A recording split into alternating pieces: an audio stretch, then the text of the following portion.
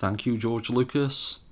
And a long time ago in 1983, in a cinema not that far away, I saw Return of the Jedi. Hard to believe, fast forwarding all these years later to 2015, that we've literally sort of, got this brand new Star Wars film. And, even now when you see that crawl going off into the distance, and what's really funny there, because I almost, I'm such a geeky person, and I remember all the kind of inconsequential trivia that nobody ever needs to remember. But for some reason, I can never remember the Star Wars crawls. So it's really nice to see this one start off with, the words Luke Skywalker and everything. Because it was like, now I just feel like that was sticking in my mind. I think I said it in the little mini review I did straight after. It was like, Luke Skywalker, because the name's so iconic. And, like I said, now I think 20 years from now, if I'm still knocking around, hopefully, touch wood, I'll remember that one. And then, sort of kicking into that sort of, anybody who... And I always think about the intro to the very first Star Wars movie. And I know some people... Obviously, I know a lot of pretty hardcore Star Wars fans. And I know people that just didn't grow up with it at all and haven't got that connection to Star Wars. But I think if you... And obviously, it was replicated in... I should say, spoilers. There's going to be tons of spoilers for The Force Awakens. There's going to be also spoilers for the new Bond film. I'm going to reference that in a minute. But yeah, if you saw the very first Star Wars film, and you saw it in a cinema, that opening shot of where, the Imperial Destroyer comes over, the little blockade runner chasing that, and then I think they referenced it brilliant in The Force Awakens, like this proper sort of cool little reference to it. And like I say, talking about like when I saw Return of the Jedi in 1983, and struggling to think which way round I saw it first. I can't remember if I saw the triple bill that got released of Star Wars Empire and Return of the Jedi, or I saw just Return of the Jedi on itself. But I've got pretty strong memories of excuse me, of both. I'll just have a sip of coffee. No booze again, must be slipping.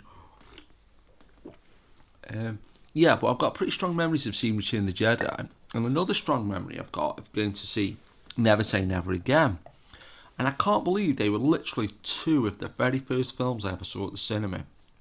And like I say, spoilers for Spectre, but in Spectre, it's the return of Blofeld, but in Never Say Never Again, Blofeld was played by Max von Sydow, and Max von Sydow is in The Force Awakens, and he's only in it briefly, but it just kind of, when the realisation dawned on me that, I can't believe that, literally, the first, it was decades ago, literally decades ago now, I can't believe one of the first cinema experiences I ever saw had Max von Sydow, the old priest, no less, from The Exorcist, which was a film that was released before I was born. And then, like you say, he's in, he's in this film. And then I was thinking as well, and I've got a really strong memory of this as well, one of the very first videos I ever rented was Star Wars, but I'm pretty sure one of the very first videos I ever rented was The Caravan of Courage with Warwick Davis in it. And I'm thinking, Warwick Davis has been in Return of the Jedi, he's been in The Phantom Menace, and then he's in this. And you're like, wow, it's like the kind of the more things change, the more this stay the same. And, and it's shot on film. And I literally, and I think I might have done this before, but where I saw Return of the Jedi, the cinema where I saw it, did a video for it for the channel, the Savoy, but it's literally just, 200 yards away from where I saw The Force Awakens. And it's really, the film hasn't been out a week yet, so sort of, it's one of these things where,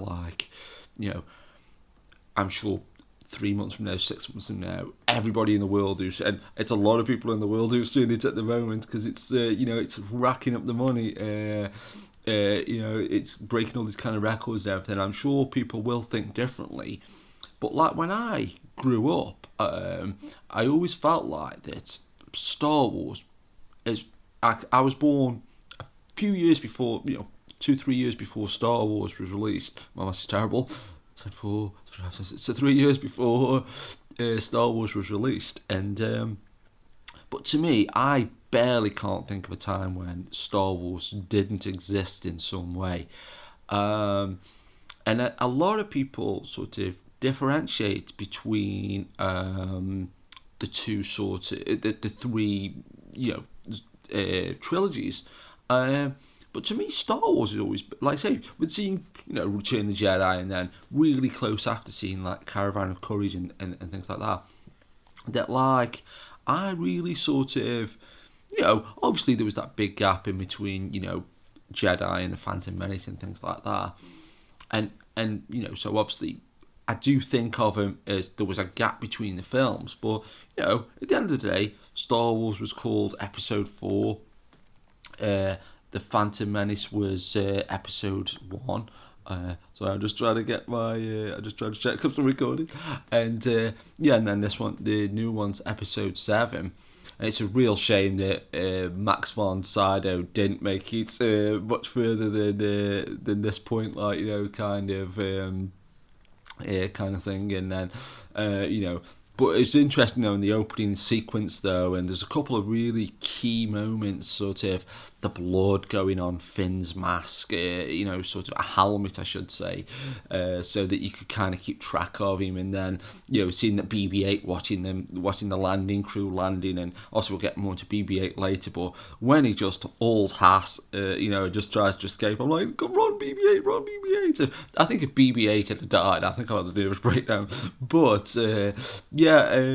so like I sort of, like say, and I'm sure some people may sort of change their opinions on it, kind of thing.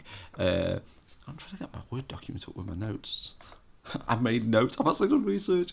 But and when Kylo Ren as well holding the laser blast, I mean, like I know I would prefer the goodies to the baddies, but that's a pretty cool thing. But so it's always, like I say, with seeing Caravan of Courage so close to Return of the Jedi, like I never really differentiated between the films, like, and I class of Caravan of Courage as being part of that universe, and whether it is or isn't. And I always think of like as well, probably like not one of my favourite comic creations, but there's a fake comedy character called Al Murray, the pub landlord. And for some reason, once I brought this Al Murray, the pub landlord book, and there was a section in it about like Doctor Who. It says about people who worry about canon. Can you believe there's people that do that? When they kill all the people off, that's such a crazy sequence as well. I mean, like a bit like in Attack of the Clones and things.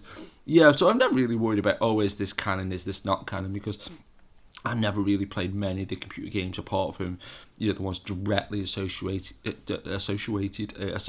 with the films, and I've never really read any of the expanded universe novels or anything like that. So, but the ones I have come into contact with, great, cool, kind of thing. So it's always one of them things where I always take. I always have a bit of Star Wars. It'll be a sad day if I ever turn down Star Wars, no matter what form it came in kind of things like that. So it's kind of like one of these things though where I say, even though obviously there was 10 years between this film and Revenge of the Sith, and there was 16 years between Jedi and the Phantom Menace, if my math serves me, which it probably doesn't. So I sort of, obviously I remember there being big gaps, and I remember being so anxious before the Phantom Menace came out. It literally sort of gave me anxiety, and I was sick the night before, and I went to the cinema about 4 hours before it came out and things like that. And I remember it really took me a long time to really sort of warm to the Phantom Menace. It took me a good couple of viewings, and especially getting it on video and DVD and things like that.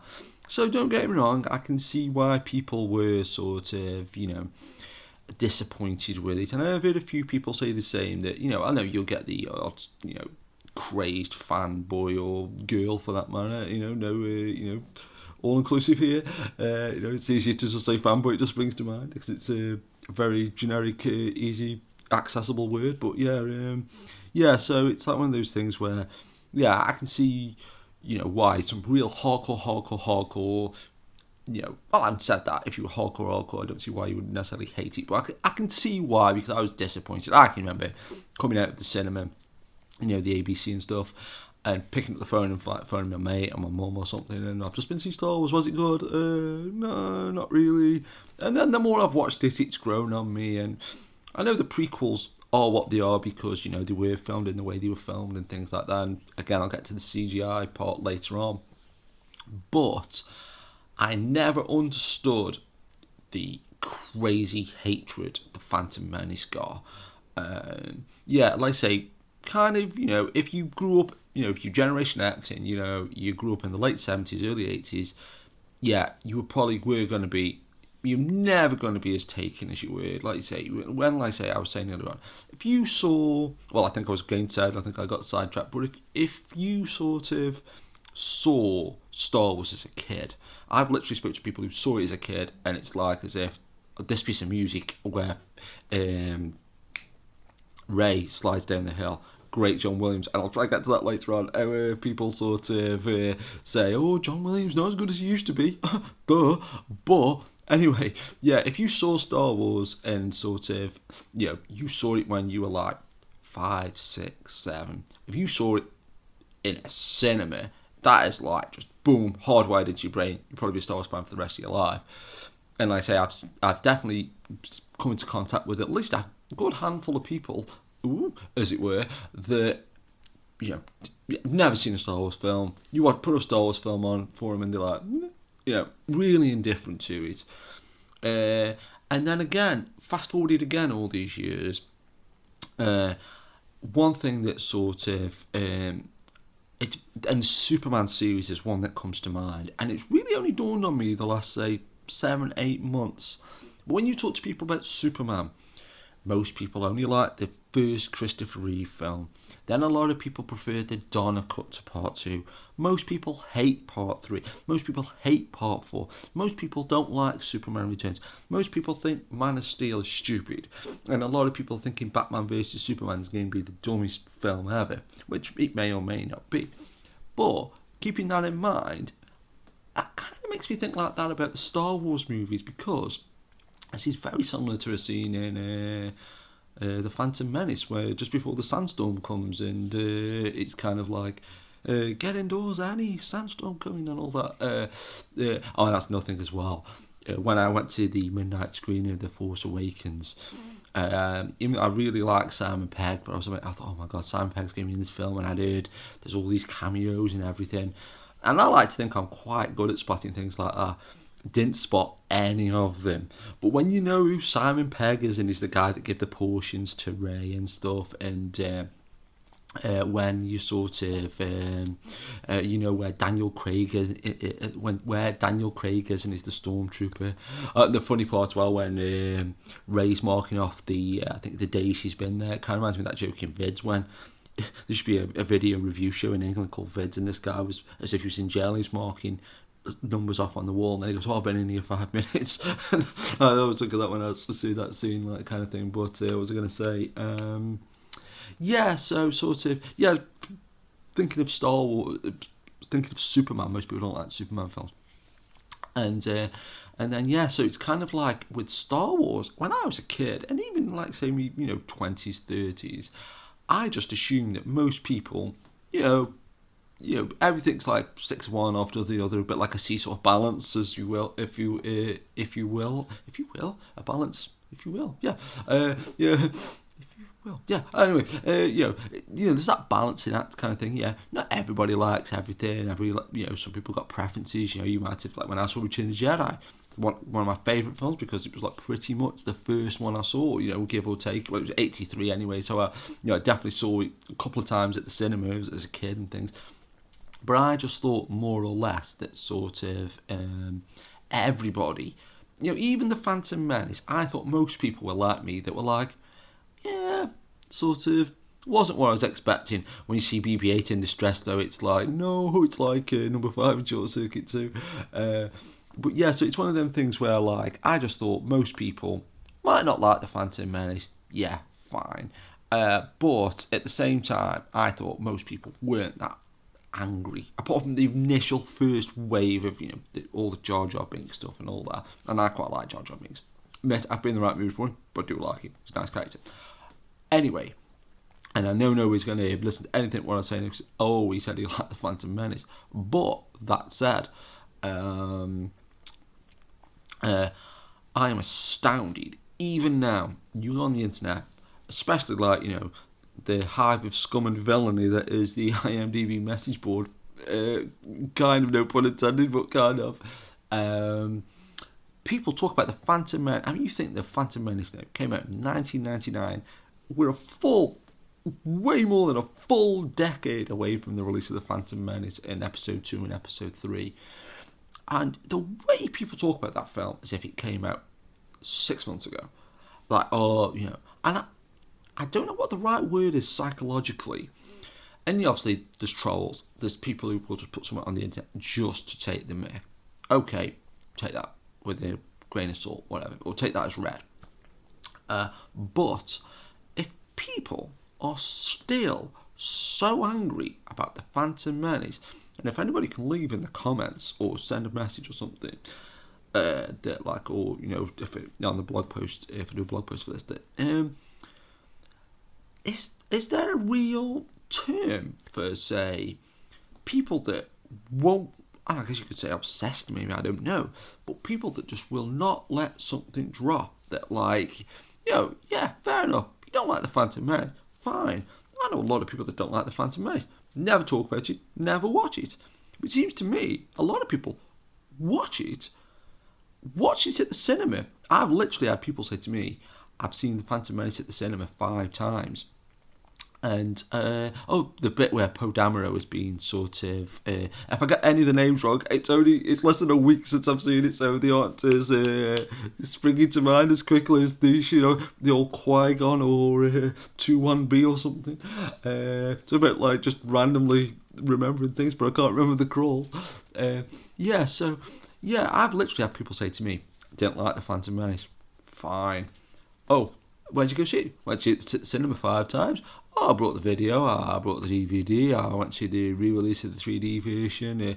If they're real hardcore, they may have got the Laserdisc, which is a very sought-after Laserdisc, and things like that. So it's like one of these things, though, where, again, I'm always a little bit sceptical when people say they really hate the Phantom Menace, or they really hate... I don't particularly like Attack of the Clones very much.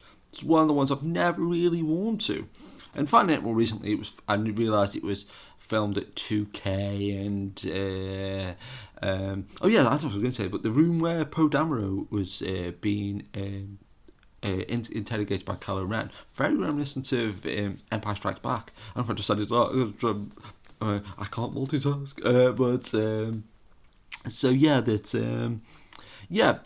I never warmed to Attack of the Clones, and I found it was filmed digitally, and I don't think that's the reason, because I like a lot of films that are filmed digitally, but I think it was just because it was 2K, filmed in 2K, I mean, and not the year, although I think it might have been, or 2002, 2001, 2002 maybe, but yeah, so it was and just the tone of the film, and just because it was, everybody was saying it was loads better than the Phantom Menace and all this kind of thing. So I think there's little bits in there, and I didn't understand it. I never really warmed to Attack of the Clones, but it's one of the ones I don't watch probably as many as the other films, and again, so I don't particularly like it, don't particularly talk about it that much, don't particularly watch it that much. But like I say, so people who are like, oh, the Phantom Menace this, the Phantom Menace that, oh, the prequel trilogy this.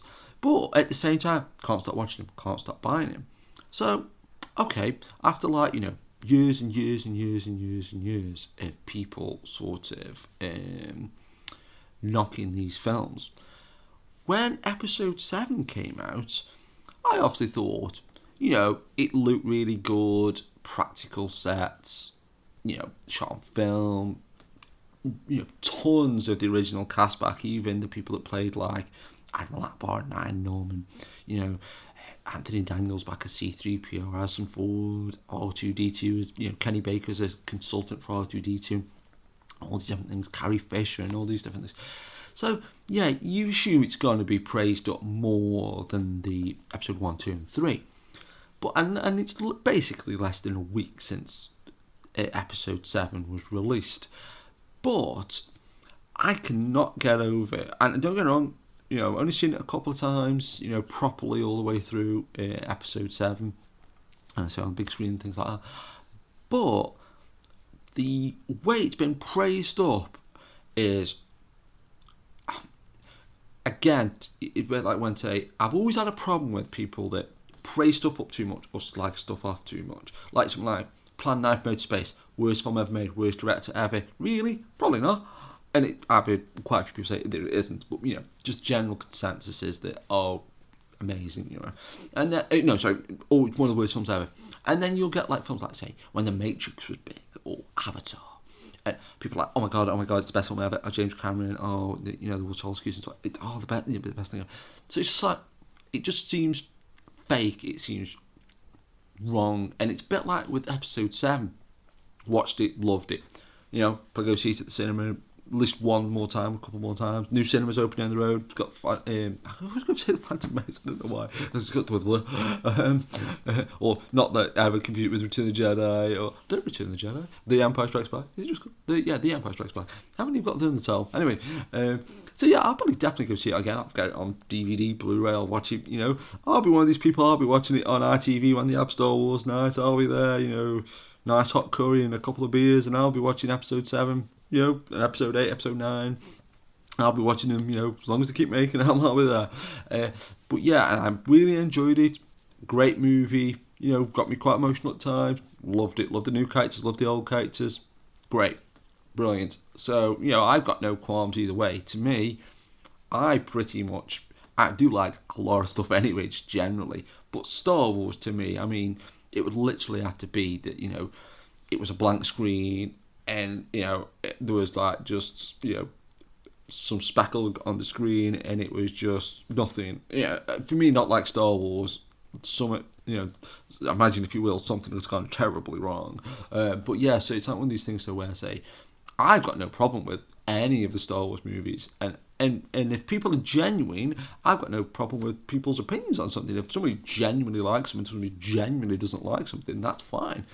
But just watching the reviews for episode 7, it was like, and I don't know if people just wanted to praise it up, but people are just seem really sycophantic about it, and the things that it's got praised up for everything. And then the things that I would have sworn people would have criticised, like the CG characters that are in it, the fact that it's PG-13, the fact that it's maybe, again, I've got no problem with it, but the fact that it is quite a long movie. And so it's one of these things, though, where it's a bit long. Just checking the light, because I had this battery on the mic for quite a while. That once it's run out. But yeah, just checking the light. The light's green. The trap's clean. The mic's still working. That's right. Anyway, so yeah, that sort of. Like I say, I'm just really, really surprised because I must have seen now a good 15, 20 reviews, and everybody is almost like, and this is always one of my real bugbears, just punches my buttons.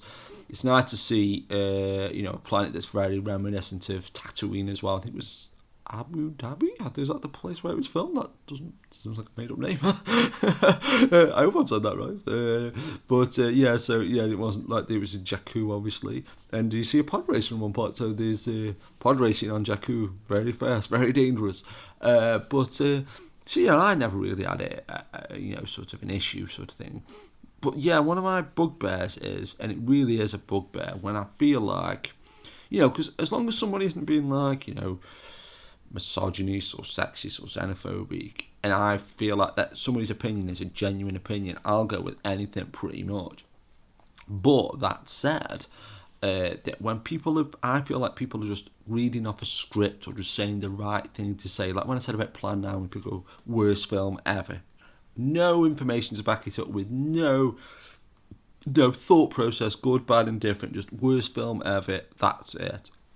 I find really hard to sort of take that opinion with any kind of, I'll be civil if, especially if the person said to my face, and I'll be like, oh, okay, if that's what you thought, that's fine. But if I just read it on the internet, or, a message board post or tweet or something, worst film ever, this sucks, Michael Bay, whatever it is, just people being slagged off, relentlessly, then I just think, well, but the flip side of that, like I say, and perfect example is this movie, because it's been so universally praised. But not just universally praised, I've heard so many people say almost verbatim, oh, they like it because, oh, it's not like the prequels, and oh, it's, sets, and oh, it's shot on film, and oh, it's, and then the few criticisms they do have, they'll say, well, I didn't like Return of the Jedi, and you hardly hear anybody praise up Return of the Jedi, and then people, oh, well, my favourite's Empire Strikes Back, and I didn't like the prequels, and I'm literally just hitting all these little markers, like I say, the film's only been out a week, and, fair enough, because like I said, the film is good, it is a lot of fun, and, like I say, I enjoyed it, I thought it was great, and I can't wait for episode 8, but it was one of those things, though, where it really just struck me because, something like, say, some of the Marvel movies or some of the DC films don't get all, sometimes they'll say, oh, they like this bit, don't like that bit. I think, and it just seems really funny, and it seems so counterintuitive to me to even be sort of, slagging people off who are praising up a Star Wars film, because it just doesn't seem the right thing to do, because at the end of the day, as far as I'm concerned, the more Star Wars fans the better. But that's another thing though as well. And again, I think when there had been these gaps and pauses, and before geek culture got everywhere, that's one thing that was funny, because when episode 1 was being released, and it was really funny to sort of, if you saw a Star Wars advert on telly, or when Duel of the Fates was on MTV and things like that, and you just kind of now, literally just before doing this commentary, I just put the tally on for 5 seconds, and there'll be an advert on for, some Star Wars, I think HP have got an advert running out, for the computers, and, people playing different versions of the Star Wars music and things like that. And I've seen the adverts for the Star Wars toys, and Sky Movies have got a Star Wars channel and things like that. So it is kind of one of these things where it's it's now it's wow, it's. And this is a weird thing as well. And again, this seems sort of counterintuitive, but they, as well, just kind of try to keep it to The Force Awakens. But when Finn and Rey meet up and BB-8 and that, and again, it's this great blend of sort of old and new characters, and it even though the film's only been out a week now, I feel like these newer characters, I feel like they've been in it forever, pretty much. But yeah, when there was that gap, I went to see the special editions, bought the videos and just taped them off TV and watched them and things like that. So Star Wars has always been in and around, whether there's been new content or not. But now there is all this geek culture everywhere, and everybody's just a sci-fi fan, and everybody's into some kind of geeky thing. Actually, that said, that just leads me to another point. I'll just, don't want to really give this kind of thing publicity, really. But when I went to the midnight screening, and even though, just a town in the middle of England and things like that, so it wasn't London, Leicester Square or anything like that. There was a few people dressed up, and there was actually in the walkway to the cinema, there was people dressed like Darth Vader and things like that. But just as I was walking to the cinema, I noticed a guy with a Jedi robe on and a lightsaber, and about 20 yards across the street was somebody shouted "Oh, you nerd, you virgin," and all this, and it was just gee, I can't believe the more things change that geeky stuff is sort of so accepted now. Let BB-8 running though, it's the most low. So just I don't know, he's heads down and he's just flying. And again though, it's not flying, but motoring.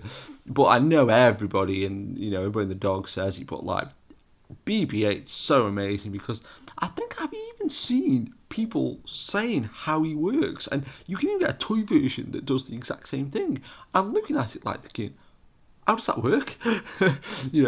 And then, what's really interesting though as well, or interesting to me, is seeing how far because I love stuff like this that, like, say, because I say, it's only like, say, the second or third time I watched it, I'm already kind of trying hit the markers of, like, sort of when does that bit there where it almost looks like BB-8 flips over himself, like his head sort of disappears. I'll have to check out that shot a bit more in detail later on, but hitting the markers of, like, we're about half an hour into it now, and it's sort of like the Millennium Falcon appears, and then about 10 minutes after this, like, Han and Chewie appear, and then, like, I kind of love these little beats that we keep getting to. It's kind of cool, but yeah, like, like when you see the Falcon, and it's like, again, I think sometimes some of the lines are a little bit like, because I'm all for, like, fan wank stuff where I kind of love, like, I know if I got the chance to write a Star Wars script or a Bond script or anything like that, I'd put tons of references in, dead obvious cameos, people winking at the camera, people always know Rob Doodle the fellow on this kind of stuff. Oh, there's a pod racer there just behind BB-8. So yeah, he's got on the ramp. There's a shot, I think it's later on, but where Rey pushes this lever forward. Actually, I can just get the cast list up on my phone. I keep thinking I'm saying the names wrong. Paranoia. It's not Paranoia, right? Here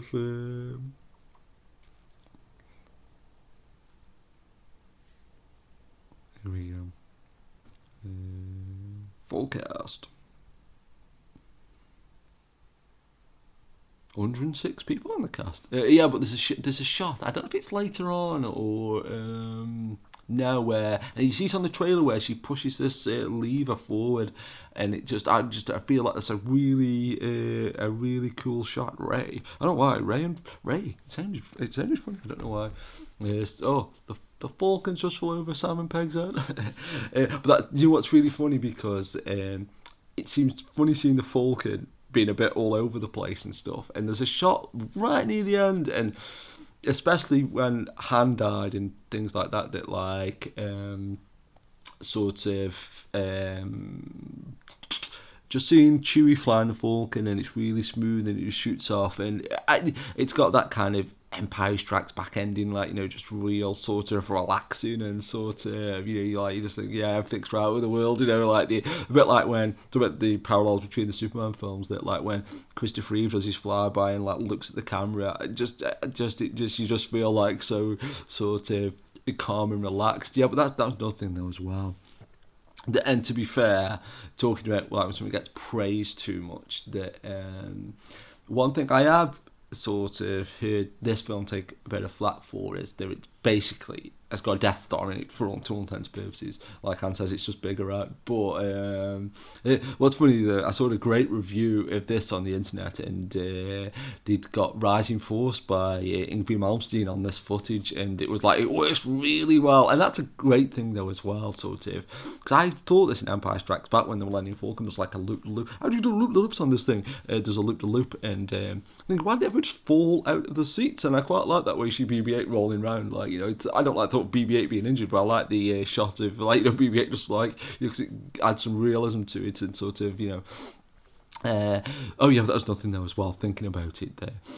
Like I say, the things that it does get praised up for is the sets, and obviously I assume a lot of these shots here are CG or amazing practical work, but I did like the fact though, and it kind of happened with Kingdom of the Crystal Skull, where I did like it, or how I perceived it to be anyway, is that they said, we're going to do all old school, and then one of the first shots in Crystal Skull is you see, like, CGI gopher and stuff, and I kind of liked in this that, like, it's all this, it's practical, and then it's like the first three shots in it, like the Lucasfilm logo, the crawl and the ships is CG, as far as I know anyway, it's like, I did think that was quite funny. One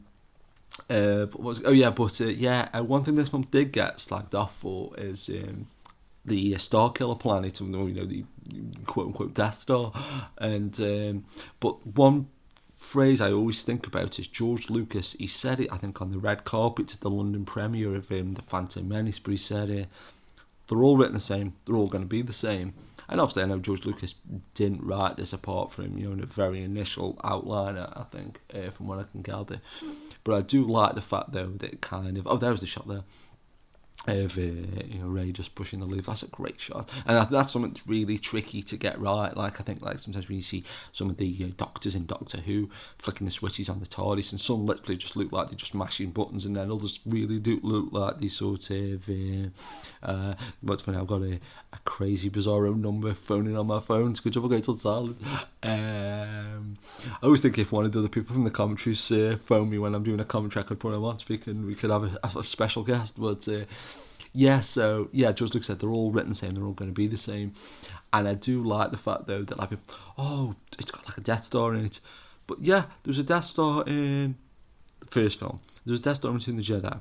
There was basically a Death Star in the Phantom Menace, the ship that controls the droids. Then you got a Death Star on this. And then, like, because, like, they're all sort of written as almost like a poem, so they're all, like, repeating, they all, like, echo base each other.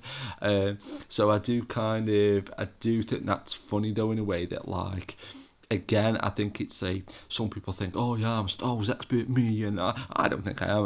Well, I think I must have said this on commentaries before. But one thing I do sort of, sometimes I used to think, I'm pretty hardcore about Star Wars.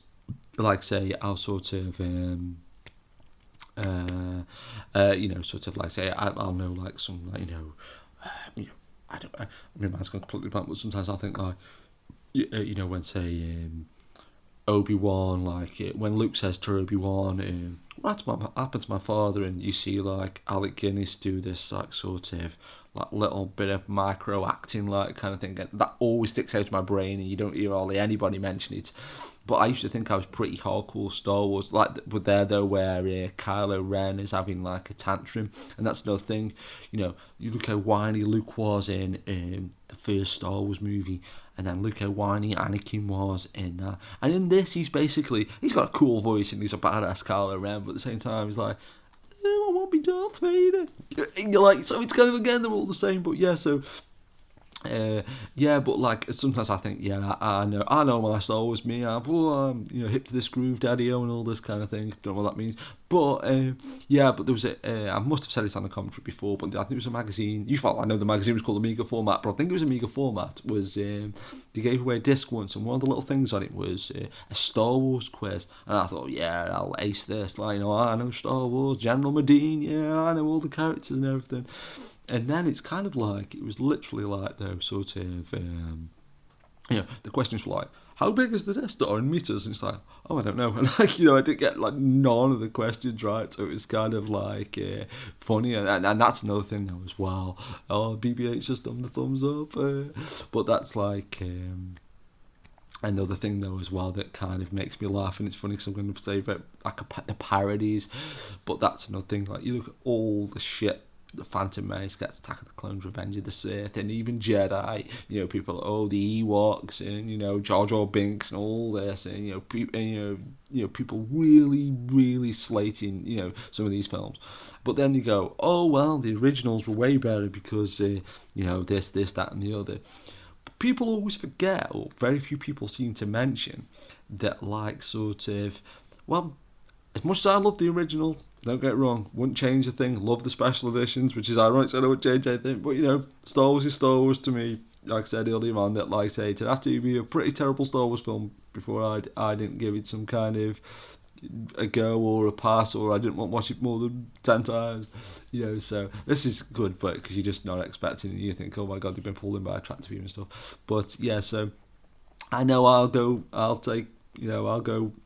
good and bad, ritual poor with Star Wars, so I don't mind. But that said, that, like, people, A New Hope, Empire and Jedi, we're not like those prequels, or whatever. But people always forget, if these originals are so watertight, so airtight, why do these parodies work so well? Why do these jokes work so well?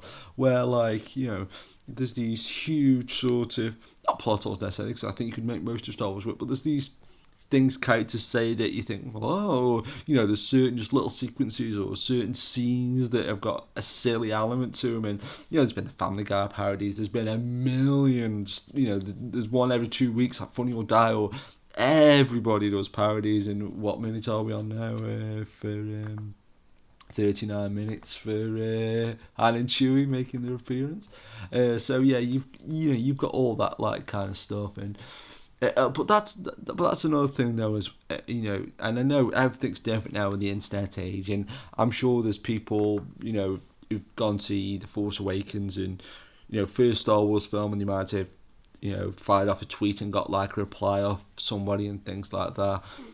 But the thing I do think's incredible though, that like, if you'd have told me as a kid that like I would get to see people like Warwick Davis and David Prowse, and I didn't actually meet him, but I saw Anthony Daniels at a convention and things like that. And it really is phenomenal to me to think that like I say, saw Return of the Jedi, saw Caravan of Courage, one of the first videos, went to one of the first films at the cinema. And I can't believe that like I've seen Warwick Davis, and you see Darth Vader and you think, like it's just such an iconic character, and like Green Cross Code Man and things like that. And I think, wow, I've seen David Prowse, and again, just like looking at this film and thinking, Scalig Islands, in Scalig Islands just off the coast of Ireland, like it's probably 150 miles from where I'm sitting right now, and it's phenomenal to me to weigh up all these facts that just can't believe it. Almost, it's unbelievable.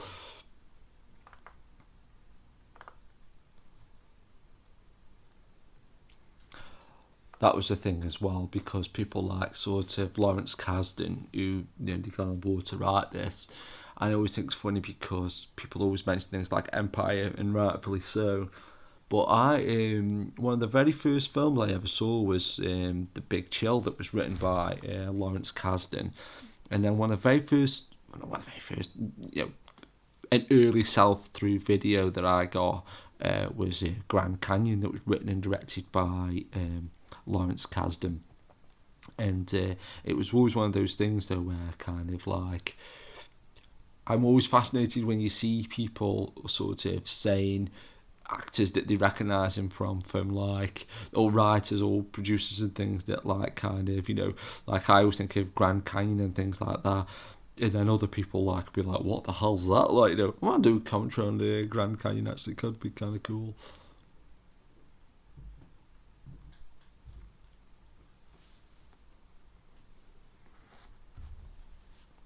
Oh, that was the thing as well. I was just doing the big Christmas shop the other day, and I noticed the Force Awakens soundtrack in there, and I'd already seen the Force Awakens at this point.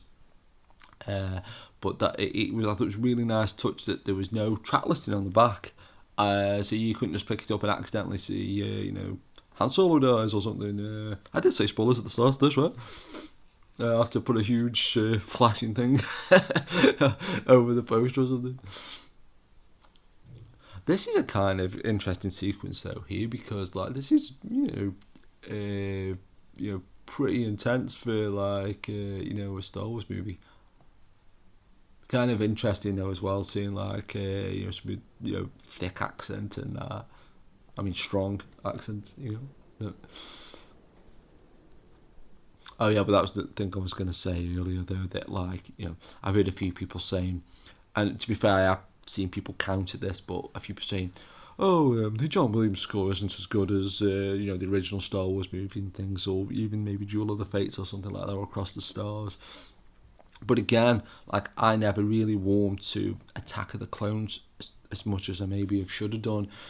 Although it grows on me the more I do see, but even though I love Revenge of the Sith, the music, I was never fine, perfectly fine, great, it was good, but never connected with me in the same way that Duel of the Fates did, or Across the Stars, or, even the music in this film.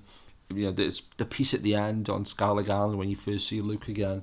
I love that bit, and I said the bit where Rey's sliding that hill. I love that. Oh, look at Chewie. Chewie's really great in this. Peter Mayhew is awesome in this. If this is Peter Mayhew all the way through, I mean, rock on. So, and it's lovely. I mentioned the bit. I love it. We see Chewie climbing up the ladders later on and stuff.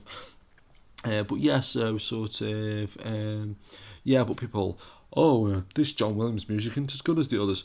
Conveniently forgetting two factors is that A, they've only just, like say, the film had been out a week, how much could you have heard the score to The Force Awakens? And then, like John Williams hasn't got a free pass. Like, yeah, sure, I think it's really, and this is nothing that I've slowly come to realise when people say, but Eddie Van Halen or anybody, you could make great guitar if you just bang the guitar against your head, or if John Williams, you could wake up and do a good score, and he probably could.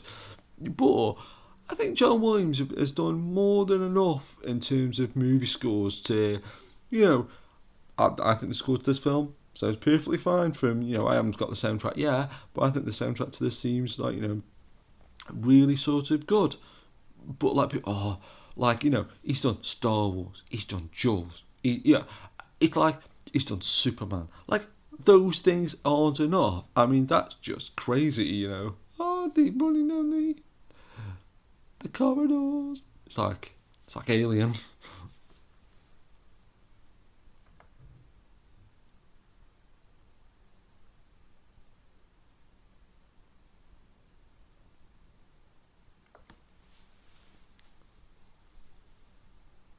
You didn't think they'd be smuggling themselves? It kind of is amazing though that and I did think it myself, and I did see somebody tweet about it, said I was the proud owner of the complete Star Wars saga until last night. But I know I probably said it all in some bad ways. I just was reading one of my a couple of bad, honest reviews I read, and I said bad out loud.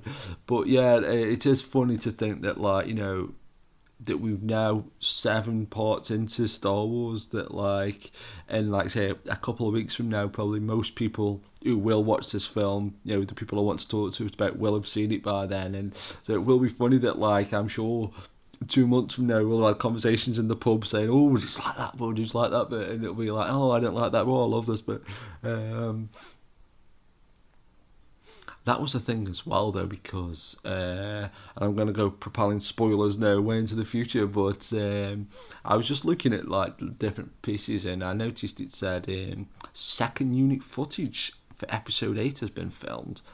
And then I read that, because I was really open, I think I said it in my review for the Force Awakens. This bit here, though, when Chewie gets shot, that though to me is worse than when Han got shot. And I don't know what it says about me that because obviously I wasn't very happy when Han died, but the thought of BB-8 blowing up, or that when she's like, Chewie's been shot, no, it's because he's furry, I guess. But I guess Harrison Ford is right. But yeah, I read that I was really hoping that Kenny Baker was R2-D2 in this film, and obviously R2-D2 isn't in it a great deal, but I was really hoping that Kenny Baker was going to be R2-D2, and then I read in the credits he's R2-D2 consultant, and I thought, fair enough, that kind of thing. But then I've read in episode 8, R2-D2 is going to be played by somebody named Jimmy V. So I thought that was, so it's going to be that interesting human element in there again, because I'm still never sure even to this day that if Kenny Baker was in R2-D2 in Revenge of the Sith, and I know his name's on the poster and things like that, but I don't think I've really ever seen making of footage and things, and I've heard a few people say his name was just on the poster as a tribute and stuff, and I know touch wood, I know he's sort of been ill and that recently, and I know he's like 80 or something, so he's 70 something, I think, so it's understandable why I want in this film, but if he is going to not be able to do the role, and it is kind of cool that it will have a human person in there, and it'll give it that human element. This is one thing though, this character here, General Snoke is his name. Snoke, that can't be right. General Supreme Leader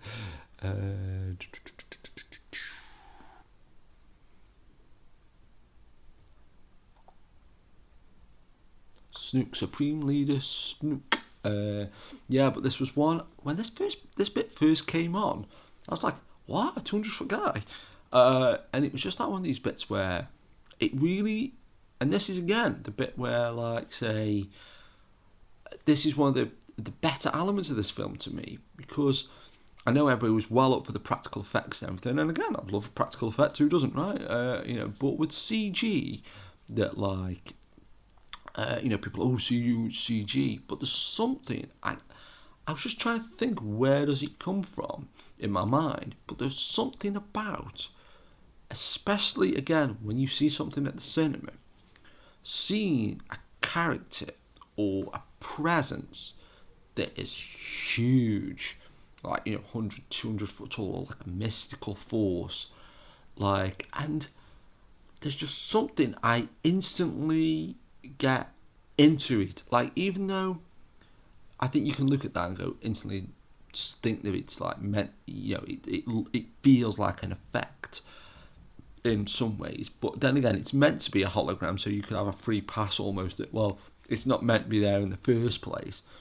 But, and this is just probably just me completely, like I say, thinking about it, I can see why. But it happened in Transformers the movie with Unicron. It happened more recently with Green Lantern with Sinestro. Actually, I think that's right, Sinestro. And this will sound like a joke, but again, one of the first films I saw at the cinema was Care Bears the movie, and there's parts in that where, like, sort of you just like, and is this like weird force, and Ghostbusters as well is another example where goes there and the traveller has come and all that, and this like a presence and sort of great sound design and just that like real giganticness, like, and I feel it's such a pretentious thing to say, and I'm trying to think, where does this come from? And I've always had this thing, and it's become like a bit of a joke, where I used to say as a kid, oh, what would you do if Godzilla just popped up from behind that building? Or what would you do if King Kong just appeared? Oh, there's Battle Chess. Oh, there's Chewie's ill. And that'd be, if you were ill as a kid and you saw Chewie ill, I think it could be the strength to carry on. I'll get better. But yeah, so I think I've always had this thing of like, if something is huge and the scope of something is massive, that sort of, it instantly just keys into my brain. I was thinking, where does this come from? And I was trying to like track it back of like, things like Transformers a movie. But one thing that just popped in there, and I'm sure I might have mentioned this something, or just again it just came back to me. I bet that is CGI as well. That map there, although a very similar map was done in the Black Hole, and I think it was done practically. So never say never, right? But so kind of like there was this thing there when I was a kid, and it's still there now in Blackpool, which is a tourist place in the north of England. There's this thing called the River Caves, where you get in like this little boat and you go around this, it's like sort of like a canal kind of thing, and there's all these kind of things in there, like sort of, I think they have different things in there. But when I went in there when I was a very little kid, and this is such a vague memory, but it's kind of burned into my skull all the same, is that I'm sure there was a dinosaur in there, and this dinosaur was probably 30 foot tall. It might have been small, it might have been way bigger. But I remember it just being so dark and going around this corner on this, like, this barge thing, little canoe, for the phrase, and just turning around this corner and seeing this dinosaur and being like, oh my God, just like, whoa. And then I think that, coupled with things like Godzilla, King Kong, then, like, say, Unicron, Care Bears the movie, and then, like, say, things like Sinestro, and then like Supreme Leader Snoke. I don't feel I'm saying Supreme Leader Snoke.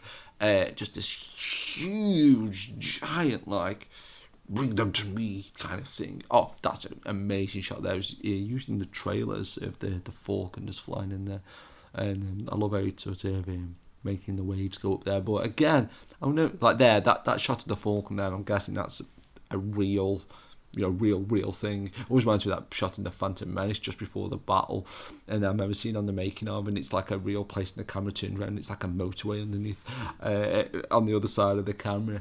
But yeah, so, and that's one of the few elements in this film that really stood out to me as a great thing, because, like, and again, CG. This is this weird thing where, and I started a thread about, I started a thread about it on Reddit, and a few people are agreeing and a few people disagreeing. But the thing I'm really surprised about with CGI is people don't seem to give it much of a pass. Like, if it's a practical effect or like some kind of mechanical thing, people go, "Oh, it's practical, whoa, brilliant," which is fine.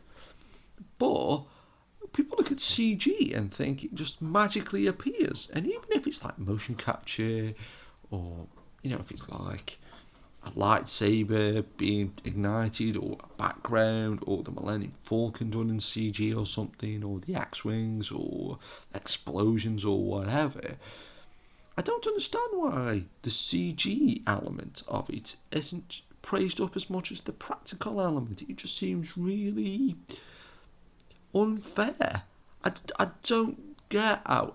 And again, somebody like, say, people aren't that versed in movies and how movies are made, and if you do notice a bit of bad CG, it can stand out like a sore thumb, and I think, yeah, fair enough kind of thing. You know, and like, you know, you just look at everything then, it all looks so real, so vivid, like Chewie and BB-8 and the Falcon and all them trees behind look real and things. But I'm pretty sure that, you know, most of these shots have got, like, well, that, like, castle thing there, is that a full-size set, maybe? And that robot, that robot looks like the front of Rey's speeder. But yeah, so most of these shots got some kind of CG digital effect in them, or, you know, there's a lot of CG in this film, and I don't understand how, like, that Andy Serkis character that I like in this, to me, that is a brilliant effect and a great sort of take you to another world kind of thing. And as much as I like all this stuff being practical, it's nice to see. Oh, there's I'm seeing a bit more close up of that game that they were just playing on the right then. I think Warwick Davis is meant to be in this scene.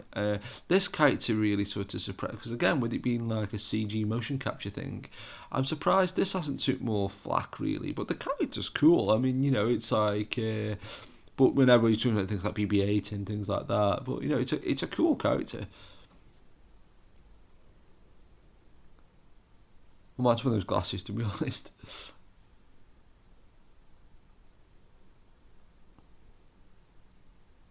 There's hedonism monster there.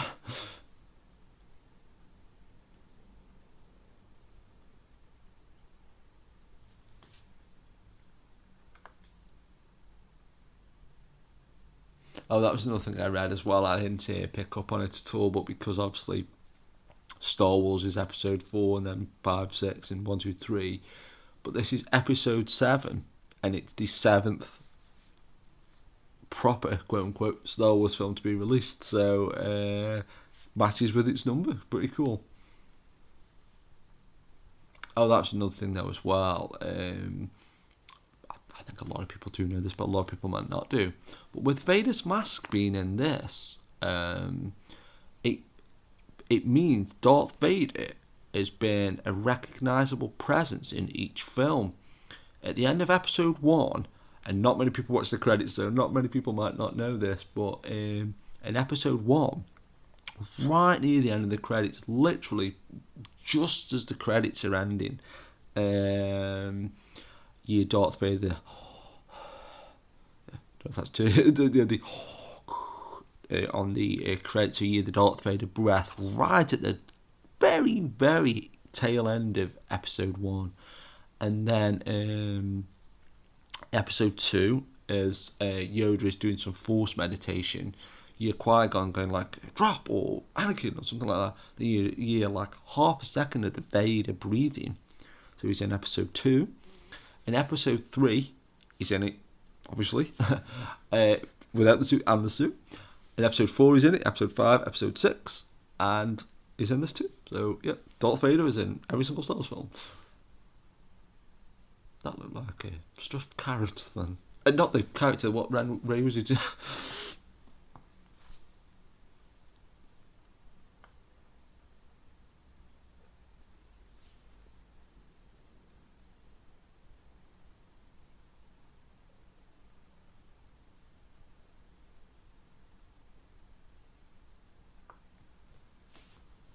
One thing as well might be worth checking out if you're a Star Wars fan. Obviously, please don't watch this commentary or watch this one I'm going to mention until you've seen it. But Conan O'Brien did a Star Wars special, and it was a lot different than I was expecting it to be, because there was a little skit at the start which was good, but kind of, along the lines of what everybody does.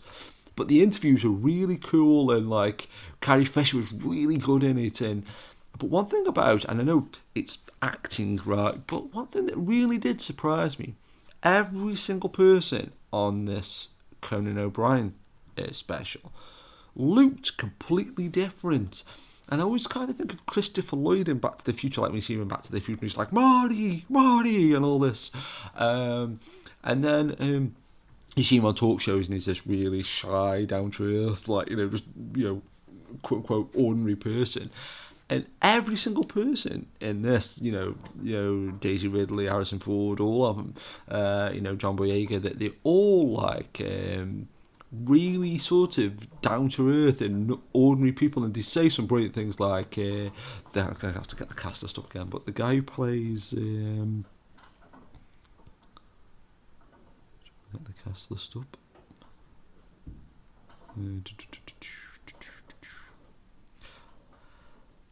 I should really be on Star Wars, shouldn't I?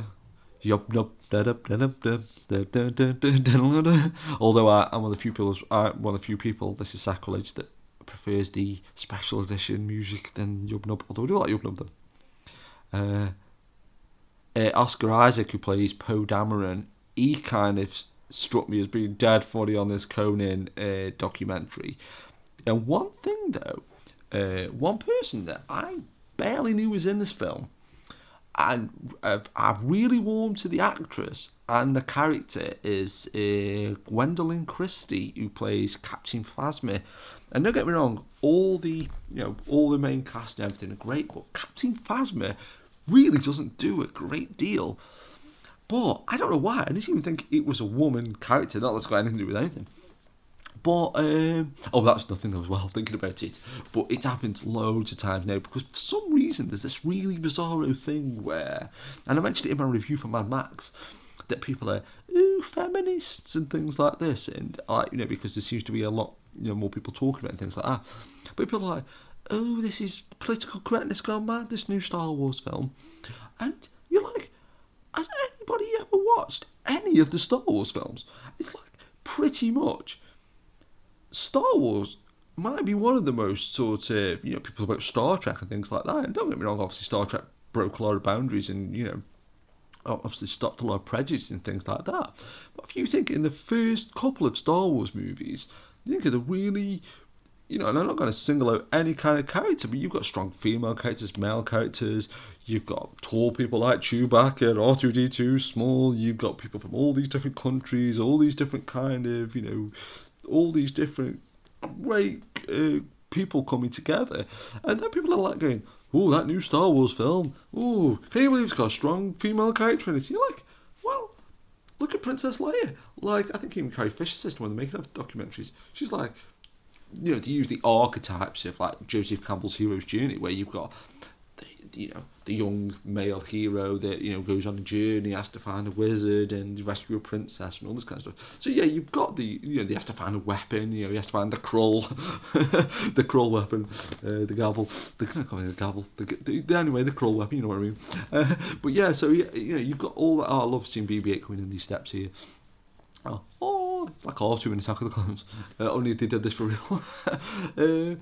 But yeah, so people can conveniently forget about Princess Leia, and all these I'm making a parallel to Rey and stuff, but on all the other characters as well.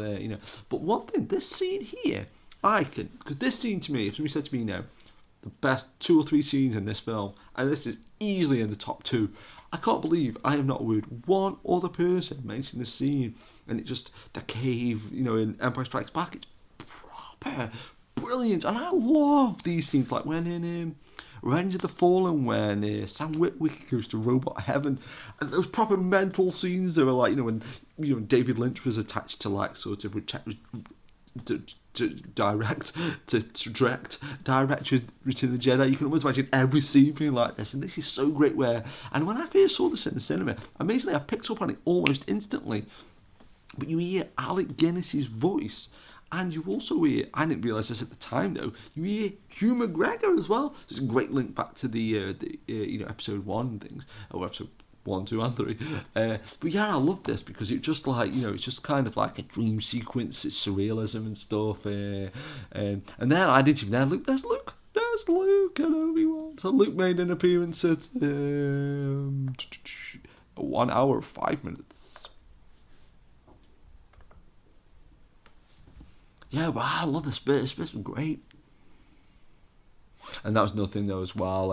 I was just watching a little bit of this with an old age pensioner, and when they saw Kylo Ren, they said, "Oh, Darth Vader," and I thought that was an interesting little moment. I thought that was kind of cool, which is a very random sentence to say.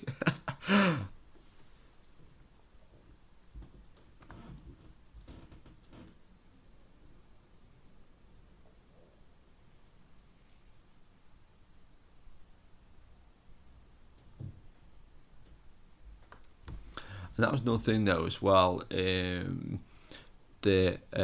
what the hell's his name? What the person who originally did the voice for Alec Guinness's voice is? He's part of the Comlink YouTube channel, and David Collins did an additional voice in this. But who's the guy?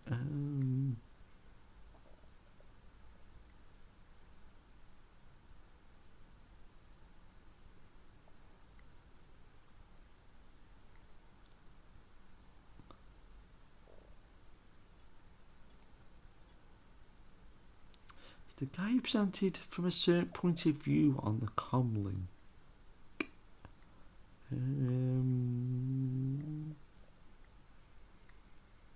David Hyde Pierce, that's no name. He's got a 3-barrel name, 2-barrel name, double-barrel name even. Oh, that was nothing as well. Max von Sydow being in this, because it was George Lucas's original intention to do a Flash Gordon. Max von Sydow plays Ming the Merciless in Flash Gordon, and Max von Sydow is now a Star Wars character. Pretty cool. But yeah, so there's a couple of links to this between this and the Comlink. Like I say, the guy who did the Alec Guinness voice originally was from the Comlink. David Collins does a voice in this film. But the Comlink, I don't know if it's still going, but it was a really, really, it was still a good channel, but it was a really, really awesome channel, and they kept counting down to the Phantom, the Force Awakens. They keep counting down to the Force Awakens, and and then it kind of disappeared for a minute and come back, and they haven't. When the Star Wars trailer came out, they were like, they were at like, the big Star Wars convention in Anaheim, and they were like posting about it all the time and tweeting about it and things, and then. I'm surprised. I don't think they've reviewed this yet, but hopefully, I did tweet David Collins the other day, and he favoured it. That I said, I hope it gets reviewed on the Comlink and stuff. So you never know. Yeah, but Captain Phasma though is a great character, and I really love when I saw the actress being interviewed. She just really struck me as an interesting person, and sort of, and then let's say Carrie Fisher and things, and sort of all the people that were being interviewed on Conan. It was great. One thing as well, I got Empire magazine for the first time in ages. It's got a cool. I hope that didn't sound too kind of crazy. And it's got a cool 3D cover, and I feel like a right old git now because Empire is £5.50. Can you believe that? £5, 5 Earth pounds. That's this might be a weird one, but I've got a funny feeling all the main characters from Caravan of Courage from Earth Discuss. It's just because I think they say, oh, from our planet. And I know I always inferred it was Earth, you know. I was going to mention the J.J. Abrams thing there, but I'm not going to say it because I like it and people don't. And then they can, if people think, oh, I mentioned that, I'm that smart, me. Yeah, I had a feeling this was Coruscant here. And I thought that in the cinema. And then I had a few people say it as well. So I don't know if this is Coruscant, but that's another thing as well. I don't know if I meant to mention it earlier. I don't know if I mentioned it earlier, but I meant to. But yeah, I did see a couple of reviews that were like sort of more sitting on the fence, and I just thought that was a fairer way of looking at this film. So it was kind of interesting to sort of see people coming at it from that angle.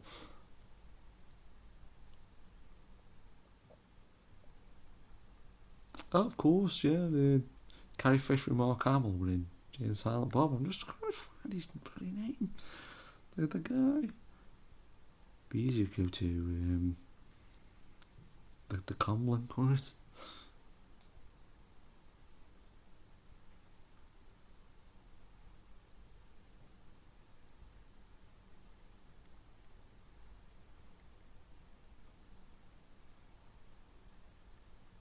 BB-8 followed her. Trailer shot.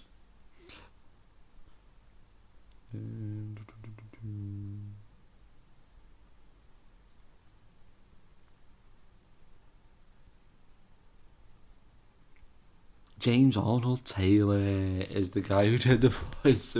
Oh, there's Luke's lightsaber. But that's always interesting as well. I always picture Luke's lightsaber looking completely different than that. Like, say, because you see, like, they're working on him and they're working off reference photos and things like that. And every time I see Luke Skywalker's lightsaber, I'm always like, is that what it look like? Because I always think it doesn't.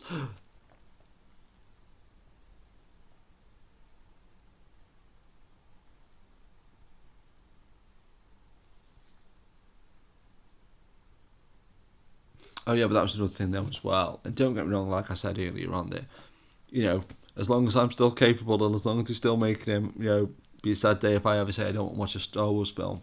But that said, one thing that I am sort of not worried about, because that's the completely wrong way of phrasing it, but one thing I am sort of interested about, like I say, they're already starting film episode 8, Rogue One's being filmed. From what I can gather, there's going to be a solo Boba Fett film, there's going to be a young Han Solo movie and things like that. And, obviously I'm assuming going to do the original 9 theory of nines. What is the theory of nines? I heard somebody say once on a Star Wars documentary, we talk about the theory of nines. Certain composers died before their 9th thing, and some people have only made 9 of something. But yeah, so I'll have to try and find out the theory of nines. But yeah, so there's probably going to be 9 Star Wars films at least. You would assume in that, but will it get to that point though? Because I'm still loving this film, The Force Awakens, and like I say, BB-8 and and things like that, and just seeing all the old gang back together and stuff like that. And I can't wait to buy the soundtrack and stuff and go see it again and things like that. So, and again, it's great seeing like an older action hero, because like I say, we're going to see Never Say Never Again. Again, a nice link back. He died in old Sean Connery was when he made Never Say Never Again. But yeah, so kind of like. Like I say, only a week into, The Force Awakens, but will it get to that point by, say, when episode 9 comes out? Will it be just like, okay, I don't know. I don't think so. To be fair, about 30 seconds before this film started at the cinema, I got really, really excited. Oh, he's using Chewie's crossbow gun. I don't know why as well, and this is me being a moron. I don't know why, I was never really noticed it fire lasers until like about a week ago. That's one thing as well, and people have been saying that, like, and don't get me wrong, no disrespect to sort of the lightsaber stuff in this, but people have been saying like that, how did he get use a lightsaber so fast? And don't get me wrong, obviously there's, you can tell it's been choreographed to a point, and you can sort of tell that, like, he's not like, say, when you see like some kind of, somebody who can't like handle like some kind of piece of equipment. But I feel like that, you see like people like, Ray Park doing it in episode 1, or, some of the first lightsaber fights you ever see in like A New Hope, and it's not as finessed. It's definitely a different style, but you've obviously got to have some kind of like rogue element to like, because I mean in the sense that like I think you can definitely tell that like obviously he's practiced, and obviously I think you can tell that he's obviously had some training in terms of, I don't think they just passed him the lightsaber like John Boyega on that day and said, yeah, just Finn, go over there and to do that. Oh, look at that! Like, when I very first saw that X-wing though, and it was like a proper spoiler, because it's like, oh, why is that X-wing black and orange? It's like, oh, I think he's one of my favourite characters though. Really cool. But yeah, like Finn's a great character too, but yeah, in the sense that like I think it's kind of people just saying, oh, he looked like he's used a lightsaber his whole life. And I don't think that's the case. I think you can tell it's a bit rough and ready. And even Kylo Ren, I think you can sort of tell that he doesn't sort of... one thing as well, I heard somebody say about like the Star Wars films are always a little bit silly, a bit like Flash Gordon-y. But one thing I did think was funny was you look at like these X-Wings are picking off stormtroopers, literally stormtroopers standing right next to like Han and stuff, and then you get stormtroopers that can't shoot people that are like 30 foot away from them. It's kind of I guess they've got targeting computers, right?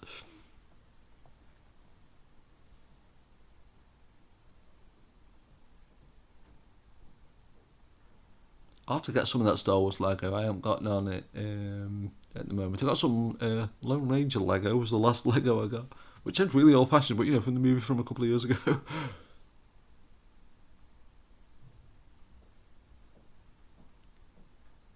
Where these woods were, it'd be funny if they're the same woods from the Phantom Menace, or because I know a lot of like, I think there's a big like Boreham Wood near Pinewood, and it'd be funny if it was theirs. It was the same place where like all these science fiction films have been filmed. I guess that's what's kind of cool.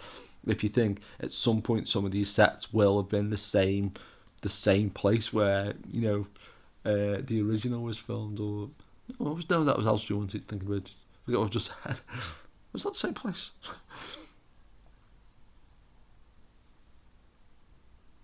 But this is another thing though as well, and I hate saying stuff like, because I feel like my dad or something. But why doesn't Kylo Ren just make people pause like that for every person he sees and just kills them? But yes, where's the fun in that, right?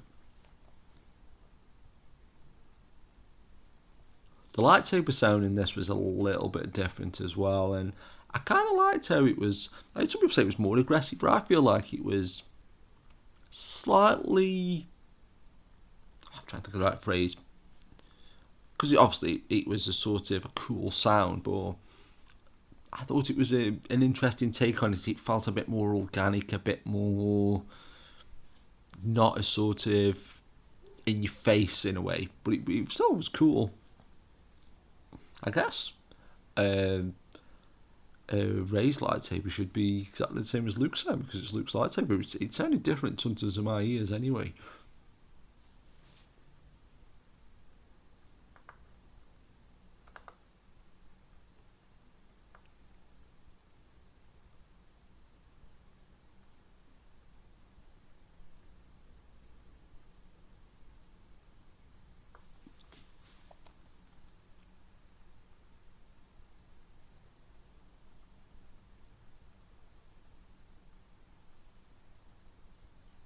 Is it Finn motoring? He's doing a BB-8.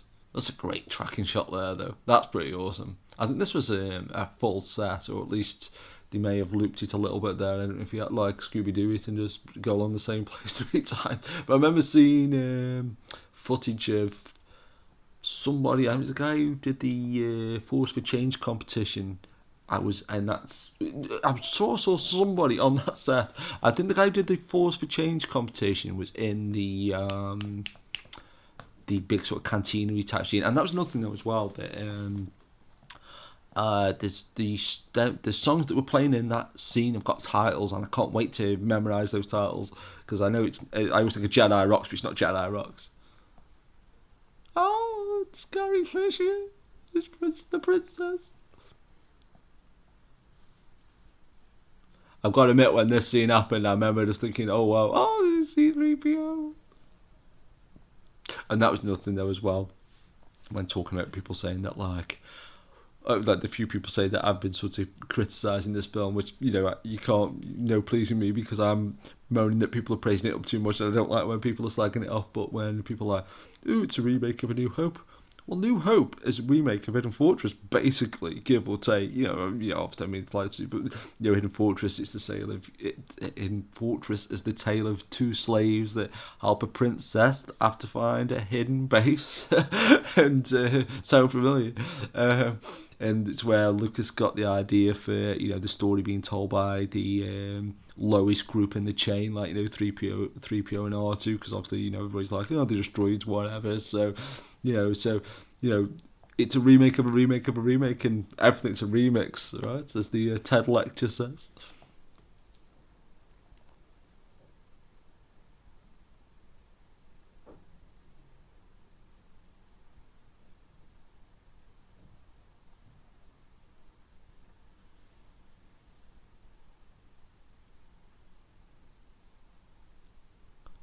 Kind of cool though as well, seeing one thing as well though, even though they did it in the original and they've done it in this one, and it's a good job people don't think like this, else nothing would ever get done.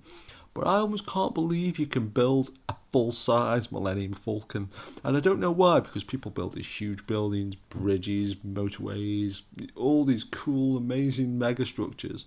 Oh, BB-8 he's bastard, bastard.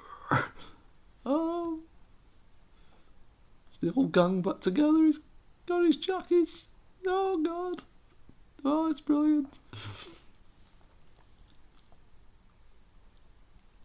What is funny though, because I did think about this the other week, but like now you can say like Qui-Gon Jinn or Count Dooku, and they were saying the most like normal things. It's like, oh yeah, Count Dooku. It's like, what? But like Finn, Poe Dameron, BB-8. Probably like 6 months from now, these names will just be so sort of just spring to mind and stuff. But one thing that, like, I did mention it earlier, I think, but that like I can't believe, I know I keep saying it over and over and over again, but like when I think about going to the Savoy on like it's like 5 o'clock at night, tea time or something, and seeing the quad poster as I was walking into the Savoy, and walking out, and after that big huge Death Star sequence, and feeling giddy, probably in more ways than one, like in terms of like because the X-wings flying down the through the Death Star and stuff, and I remember walking down the steps and walking out and things like that, and my sister took me and things. And then, sort of, you think the guy who played Admiral Akbar, the guy that played Nine Nunn, Mark Hamill, Carrie Fisher, Harrison Ford, Peter Mayhew, Anthony Daniels, and Kenny Baker, all were involved in this film. And I've literally seen them on screen now. It's like, oh my God. And I'll have to try, who are the people that played... I should know, really. I should know, especially, Admiral Akbar and Nine Nunn. I should know their names, really, but it's only been 35 years since I've seen that film. When I saw 3PO got a red arm, though, that really surprised me. I was surprised. But then again, this is nothing as well to about, like, say, noticing things and not noticing things that, like, oh, look at that. Apparently he's got rust on him, R2-D2. I can't really see any. I'm just not looking very well. Oh, he's trying to wake you up. Oh my God. I picked the wrong week to quit drinking. I drank a bottle of wine just over a day ago. Try and find the names. I'm sure there's people in more ways than one already listening to this commentary and you should know those names by now. And I keep clicking on the wrong things. I'm looking at the screen and clicking on the wrong things on my phone. So I think I said this before though, but that's a sign of times, isn't it, where I've got a computer here with the internet and I'm looking on my phone to try and find the people.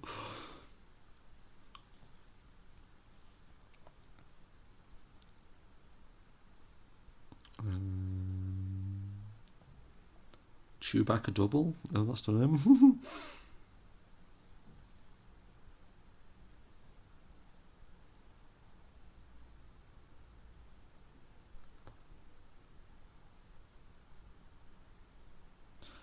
Tim Rose even, plays Admiral Akbar, and Mike Quinn plays Nine Num.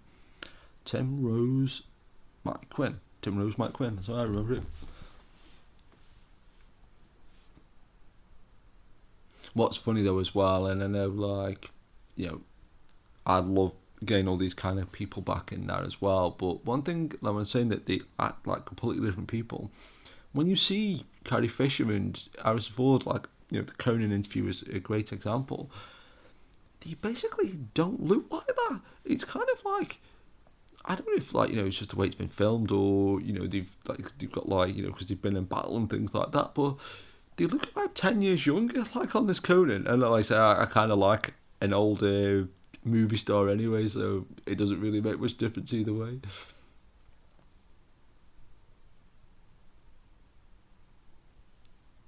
This is the bit where when he leaves, when Daniel Craig is one of the storm. I mean, I did read that. I think if somebody mentioned it a year ago or something, that like Daniel Craig was in it, and I don't know if I just assumed it was like BS or whatever. But yeah, Daniel Craig, who'd have thunk it? Yeah, very similar to the way Han Solo gets tortured in Empire. Where have all the cowboys gone? Bonus points if you know what I'm referencing there, which shouldn't be that hard on this commentary.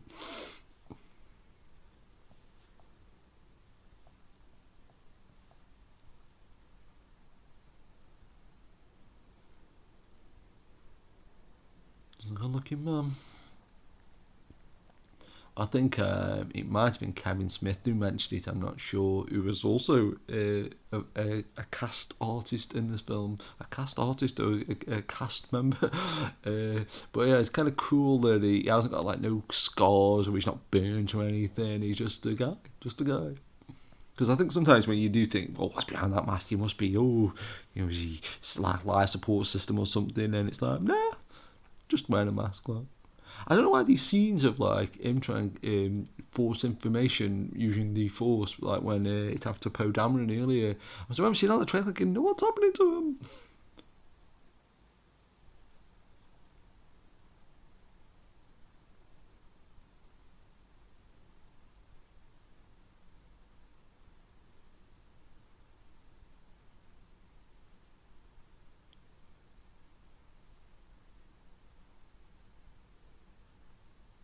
I don't know why. I always keep thinking that that's Colin Hanks. I don't know why. Yeah, it's Colin Hanks. It's a lot. It's a lot. It's Adam Driver.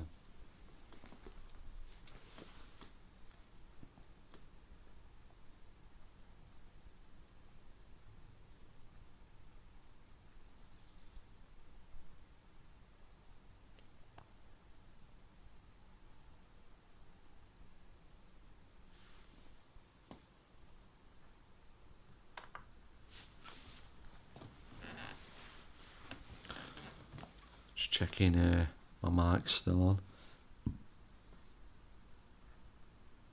And that must be a tricky thing to act as well, but like I've heard a few people saying when they were sort of given a lightsaber or something, or they've got to pretend flying X-wing or something, that you're like, how do I act to do this? Like but to pretend, that could be something that could be so easily like if you get it wrong, I imagine it quite stupid. I've got the Force.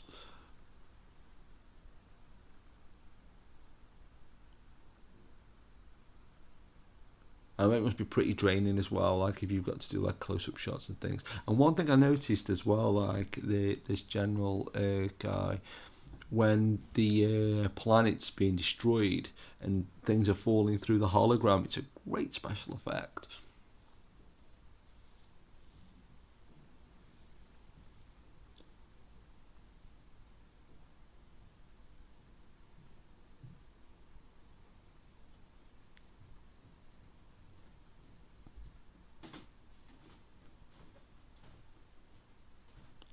And I don't know why, I just think that looks so good.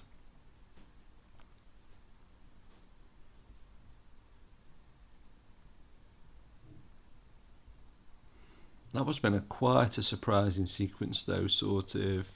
Well, I'm saying it must have been. It was a surprising sequence. But that's another thing, though, as well, because you would say, oh, if you can remember the 60s, you weren't really there and stuff. But that is one thing that, because there must have been a time when I very first saw, like, Empire Strikes Back and, no, I am your father and all that. And if somebody says to me now, oh, what was it like to get that revelation? And you're like, I don't know.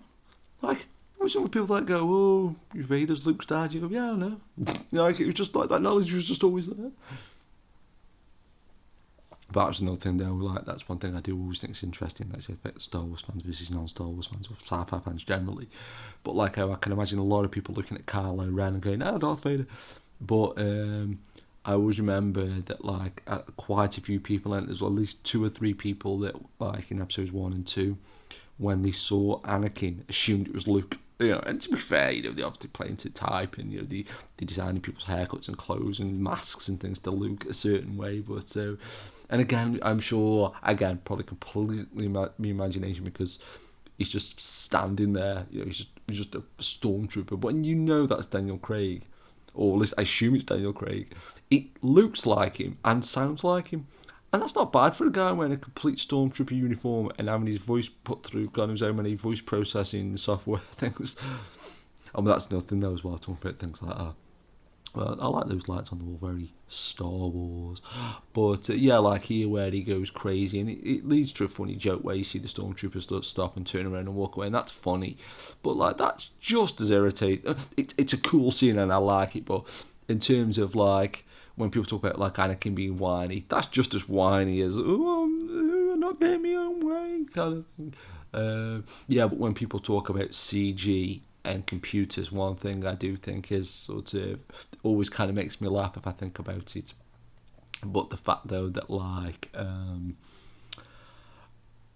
love how you'll get loads of people nowadays going, oh, those bloody fancy newfangled computers and things like that, not thinking that like the whole film was written on a computer, put through God knows how many computers, sound, visual, all these different digital things and everything, probably sort of digitally projecting and things like that. Actually, that said, that's one thing I did think was really awesome, even though I do miss 35mm projection for the most part, because most cinemas haven't got 35mm projection anymore.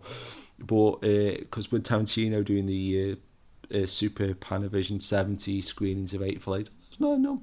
And then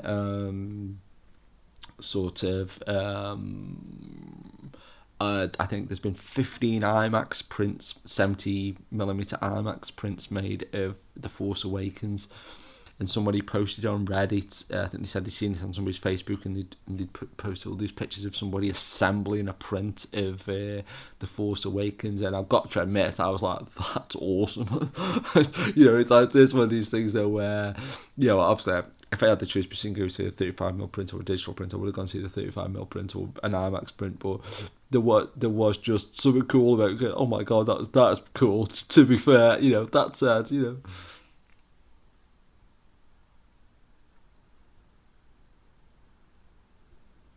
Don't go and stay as long as you can. Oh, someone's got the V uniform on.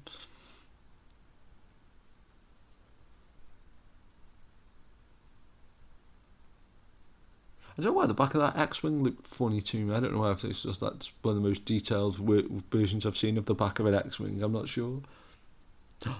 Oh yeah.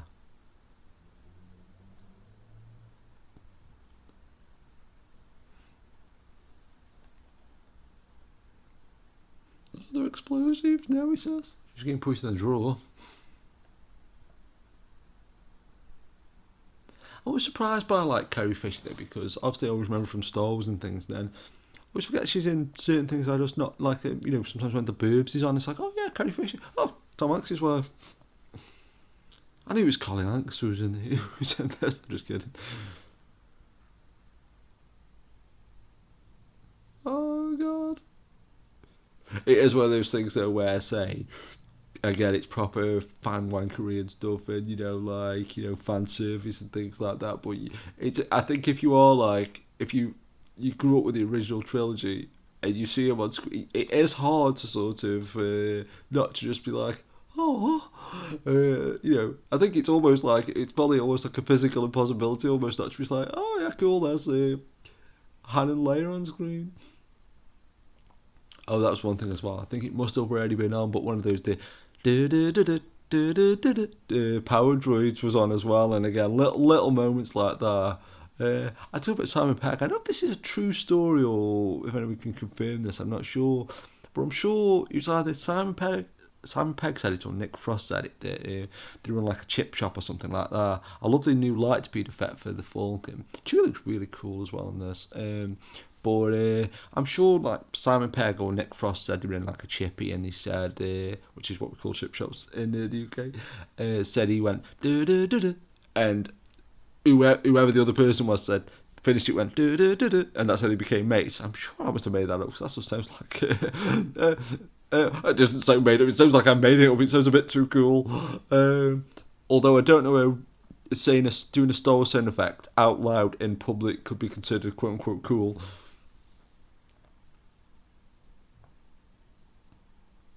And that's one of the first times I've seen a Star Wars ship do that. I guess Luke crashing his X-Wing on Dagobah is similar.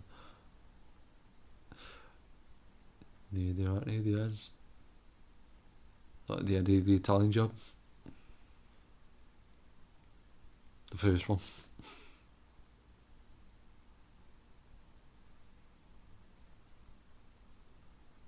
It's kind of cool to see snow in the Star Wars universe again. That's one thing as well, and I did mention it to somebody the other day, and then they said actually a lot of planets are like this, and not with buildings on them, but I do love in the Star Wars universe though every planet is a thing, like the snow planet, the forest planet, the ash planets. The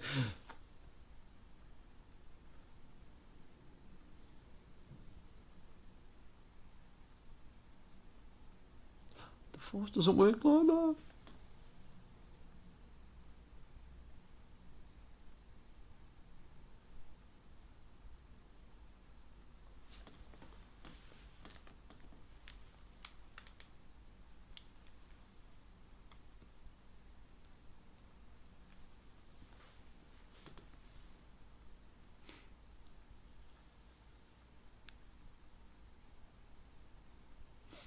It's funny though how that like Chewie crossbow is like really powerful. It's Captain Phasma. I don't know why, like I said, I just never thought it was a woman. I don't know if that's bad or not. So time calm down. I guess everyone wants to do that to the boss, right? Not kidding. Oh, maybe they want kidding. I'm not sure. The new blasters are cool as well. That's a good shot. I like shots like that where it's like, this huge, like say the scale scope thing again. No railings though. Still can't afford the railings.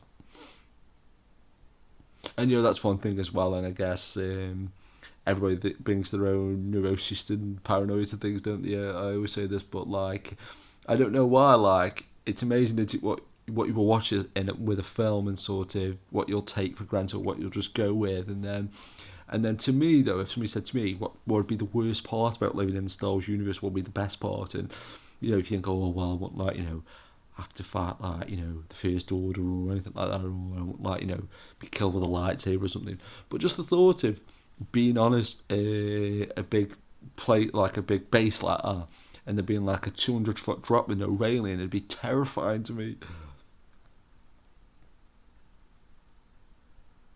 I wonder if they had to do the same thing with Captain Phasma's helmet that they did with 3PO in The Force Awakens in Episode 3, and so to get rid of all the reflections and everything. Well, that was one thing though as well. I don't know if I was going to start saying it earlier and I got distracted, but 3PO with the red arm. I'm surprised it didn't cause more of a fuss. Like, if I'd have thought 3PO having a bright red arm, people would let lose their minds. But one thing that I never noticed for years was in Episode 4, one of his legs is silver. Like, for him, I think his right leg is half silver, and I was like, wow, never just picked up on it.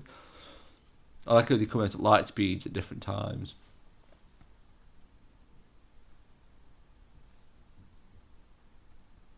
And that's one part as well I thought was really good. When you see him flying like that, where before they've opened up their X-wings to attack formation, I love this one part where Poe Dameron, he closes his X-wing wings up to fly through a gap, and I was like, oh, that's cool. Like little moments like that. As I enjoyed the whole thing, I thought the whole thing was brilliant. Like I say, I mean, already, like I say, it's only a handful of times I've seen it now, but like, like say, just these little moments elevating it for me. It's like, oh, well, that's cool. That's cool.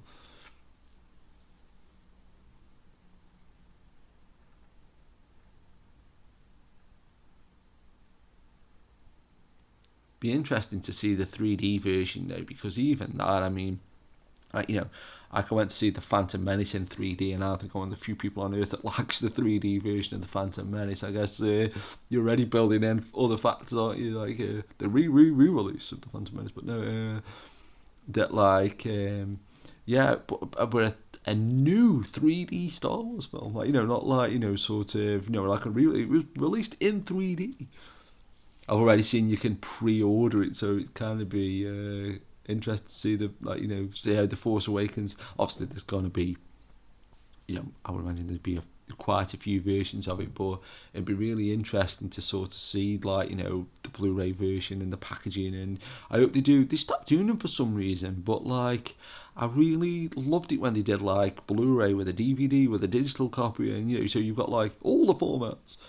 And I've seen a few people do the boxes to what The Force Awakens would be like on VHS, but it'd be a great film to put down on VHS,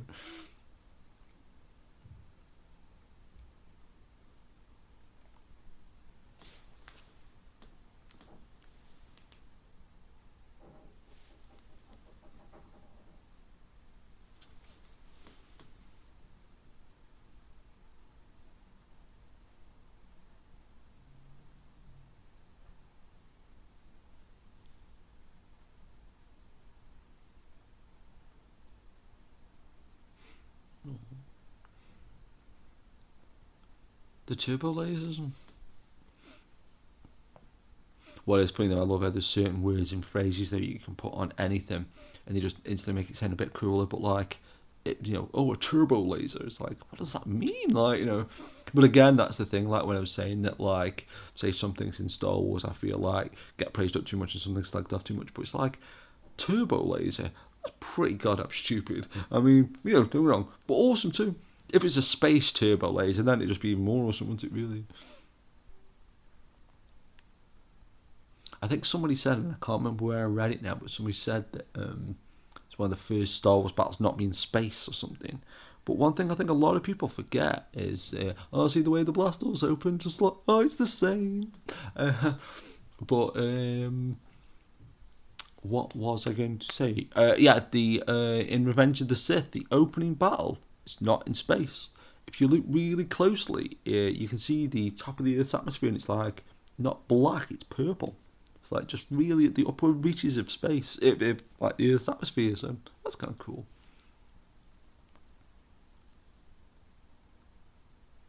Chewie looks really awesome though in this. I think he looks really good. Just his movements and everything. Oh, Chewie.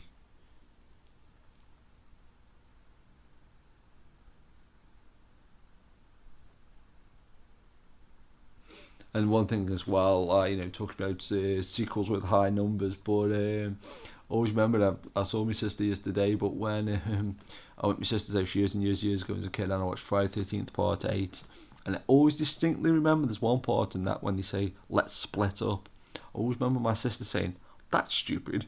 And he's a kid, whatever, and that.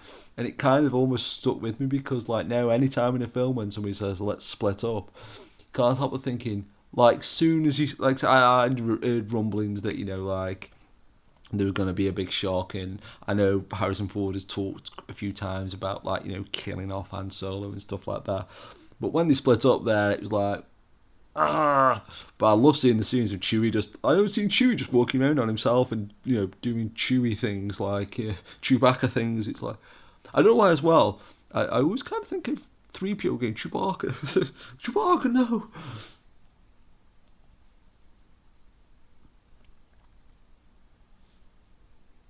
didn't notice she got Finn's coat on there. It's very chivalrous. It's political correctness gone mad.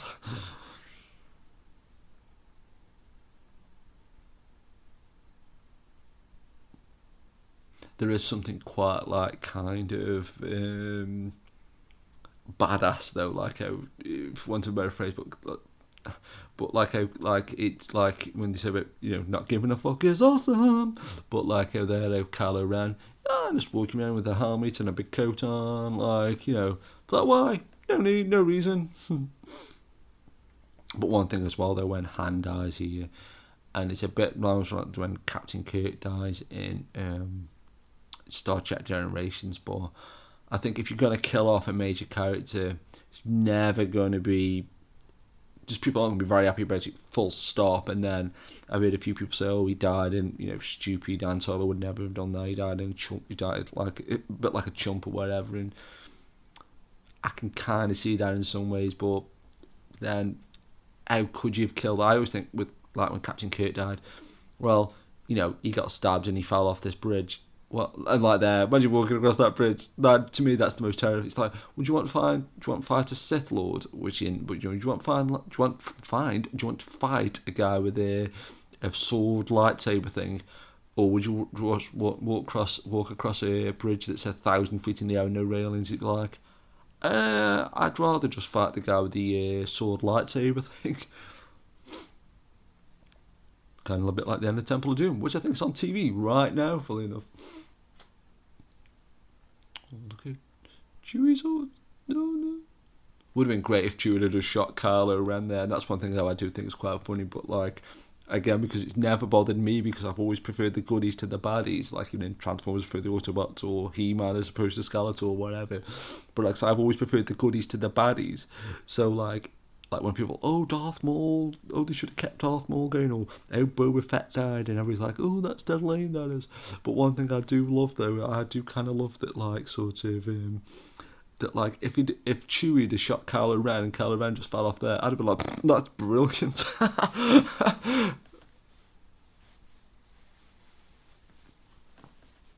Oh, no, don't stand so close to me. Don't stand so...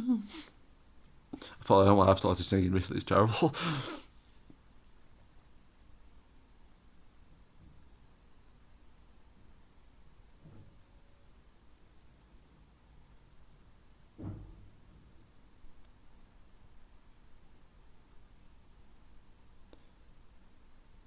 And what is funny though, because like I say, I've seen this film a couple of times, and I'm sure, I guess he's been stabbed, but you don't really see Han, quote unquote, die. So, and I don't really see Kylo Ren escape. So it could be interesting where they go with this the next time around. Will Han figure out how to use the Force and become a Force ghost? And I'm sure I've heard somebody say that Han is on the cast list for Episode 8. Again, when you a good year or so to go to Episode 8, but is Han gone forever? You know, will we literally no ever sign of Han ever again? Or like I said, Kylo Ren for that matter.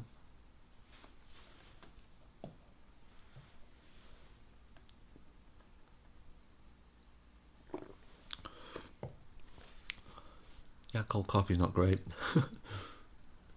No, oh Chewie. To me though, that, like, say, seeing Chewie upset, it's almost, I think it's worse than seeing Anne being killed. Which I guess, like, again, you know, like I say, I'm not happy with it either way. Oh no.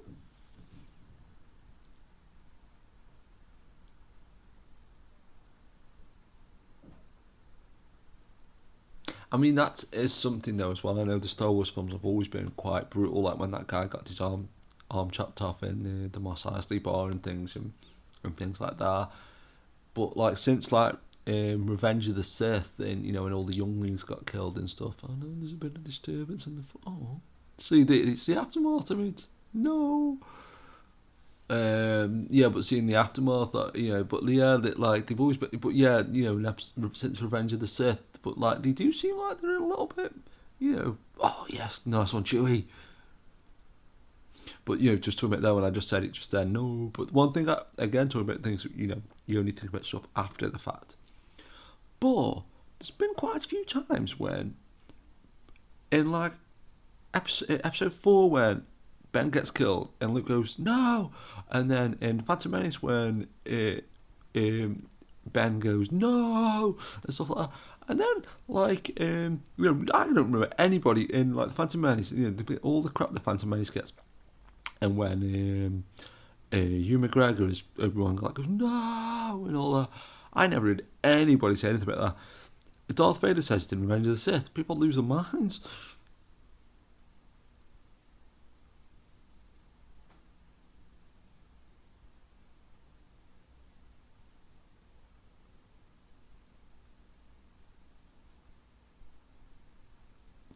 I mean, if that's the same word from earlier on, but just with CGI on it, obviously, well, obviously there must be some kind of effect on there because it's snowing now.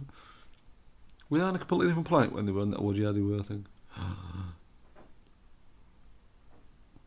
It is funny to think though that we're like 2 hours into it, hour and 10 minutes, hour and 50 minutes into it, and still no Luke. But I kind of like that in some ways. That like, if I'd have known beforehand, if somebody had said to me that Luke's going to be in it for like a minute max, that like I'd have been like, oh, that's a bit of a shame. But it really works. It really, really does. Like Skellig Islands looks perfect on screen. I even tweeted, people who do tours around there, and that it looked great on screen. And then I really loved a little bit of John Williams music in there, and then just that build up, because you kind of think, well, especially if you've seen it once, you kind of know what's coming, and it's like, but yeah, I feel like these lightsaber fights there, I feel like that if you watch these and compare them to especially the Phantom Menace, because like I say, with Ray Park being so ridiculously good at martial arts and things, and the prime of the Jedi and all that, I really do feel like that, like there how Finn just fell over and stuff, and I feel like it's a little bit choppy. It's not quite as and even the way it's filmed, because Lucas had that like locked off camera and stuff, and it was like nice long wide shots and things.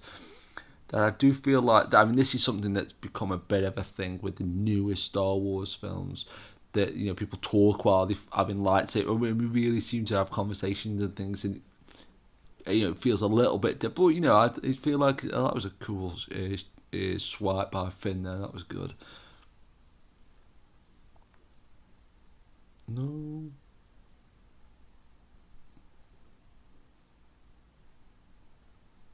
I don't know why, because my favourite colour is green, but I've got a blue lightsaber as well.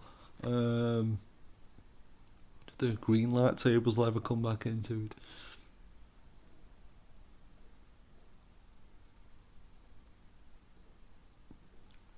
Now he's in big, big trouble.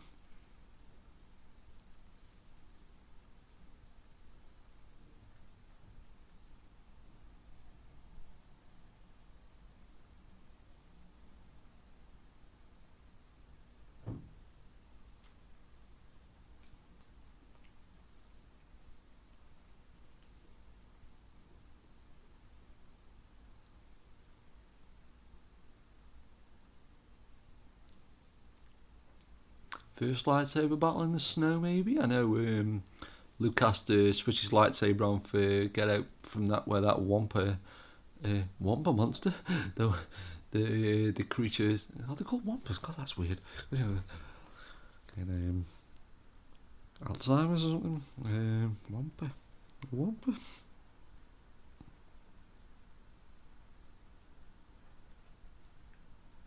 Wampa, Wikipedia. Wampa. The Wampa, or Wampa-esque creature, was a carnivorous white-footed species living on the planet Hoth.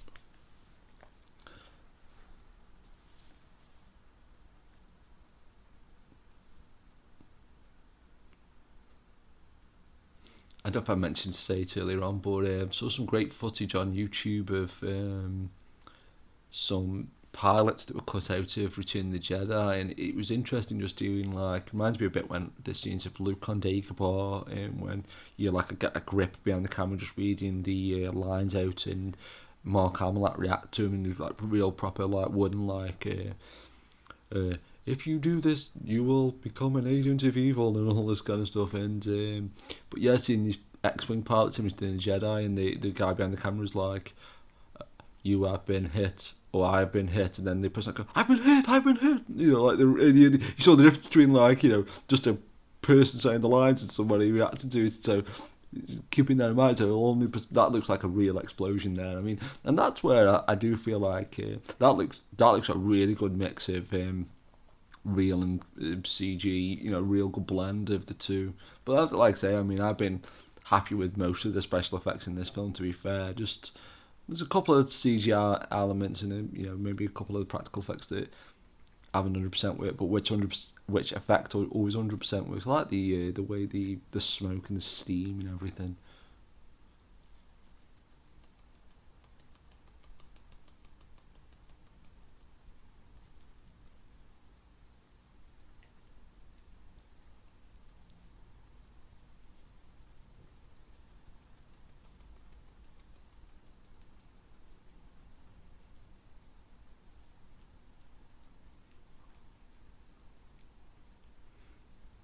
I think I've definitely said this before on other commentaries, or anybody who ever knows me, but like sometimes we're like, who killed that guy? Why did they kill that guy? But like now, I'm like, are they on the Star Killer planet or a different planet, or what? Or where the hell are they?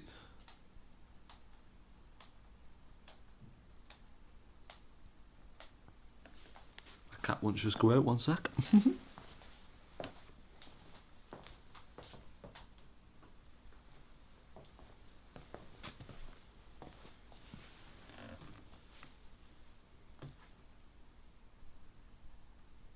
It's a long lightsaber battle too, with Finn and Rey's parts combined. I bet this must be one of the longest lightsaber battles continuously as well, and not like, you know, where, you know.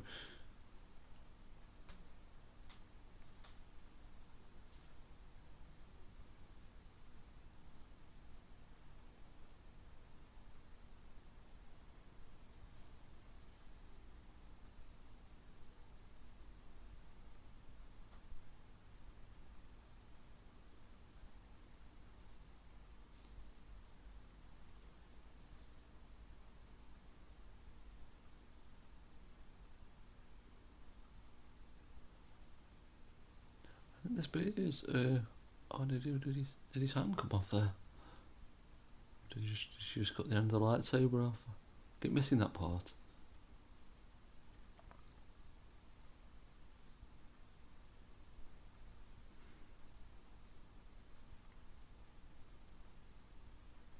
Well, that wouldn't be weird, would it? Imagine how terrifying would that be? Just like a giant, huge crater just inside the end of Revenge of the Sith again. Again, they're all written the same. They're all going to be the same, right? That's great. That is. Get back to your terminal. Somebody playing Gallagher there, probably. I was going to say, they have video games in the Star Wars universe, but they have the video game chess anyway, or some kind of computer chess. I love there, like I say, you can see the rubble coming down and it's going through the actual hologram projection. That's awesome. That's a really cool effect. That'd be a real shame if that doesn't. Because I know sometimes Andy Serkis, and again, like so about people, you know, don't get wrong, Andy Serkis is brilliant. I think Andy Serkis is great. You know, I like him in things like 13 on 13 and stuff like that. I think he's brilliant.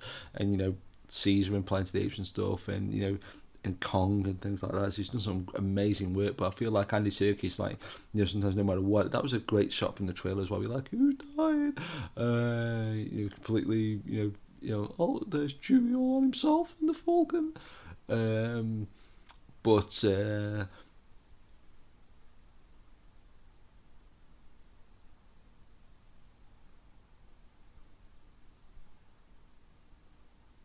yeah, these shots here of flying off, that's really awesome.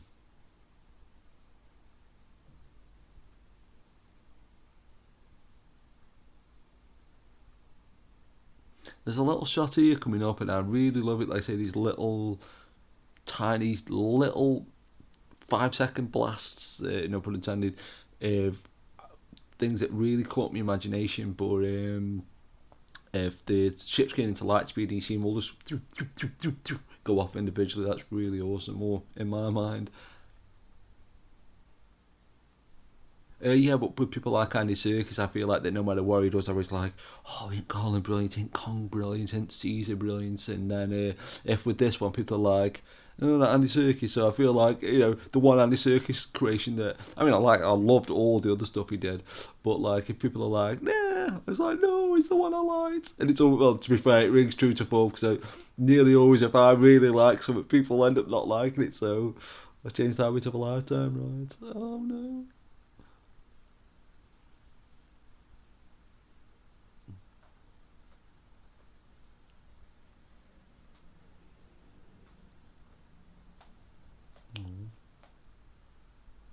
Ray and Liam.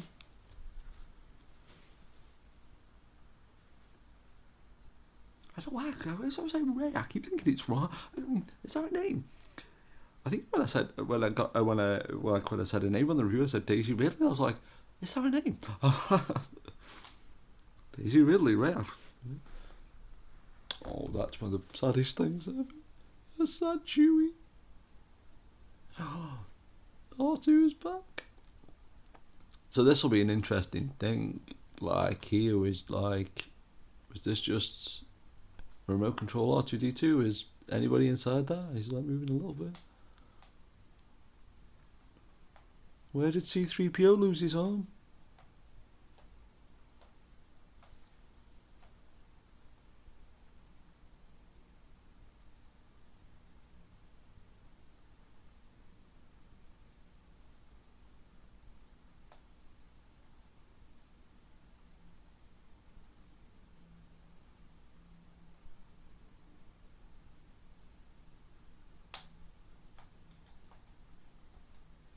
And this is kind of cool. I can't remember who said this, but somebody said that like it was a great way of linking like sort of the original sort of films in this new film. And even though I don't like looking at him as different, I like that he just puts the chip inside. It's not like a little, like you have to plug it in and just drop it in a drawer. That's kind of cool. It's like he's like Bluetooth this or something. They still Bluetooth stuff, but I love how R2's got most of the map and then BB-8's got the rest. It's like, yay, teamwork. I don't know why. Something, again, these little micro moments, but any time in any of the Star Wars films, if 3PO rests his hand on R2, I get really emotional. It's like some, oh no, oh, it's just, everybody's sad.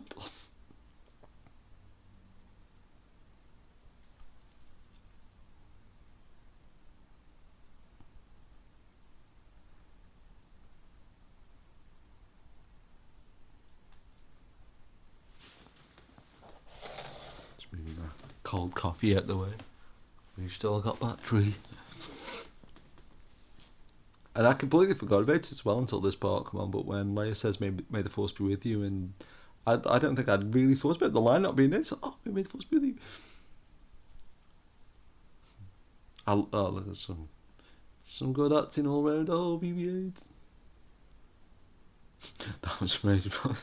On the Conan special, there's one part where Chewie kicks BB-8 like a football, and it was like funny and really sad. Oh, it's better with a co-pilot.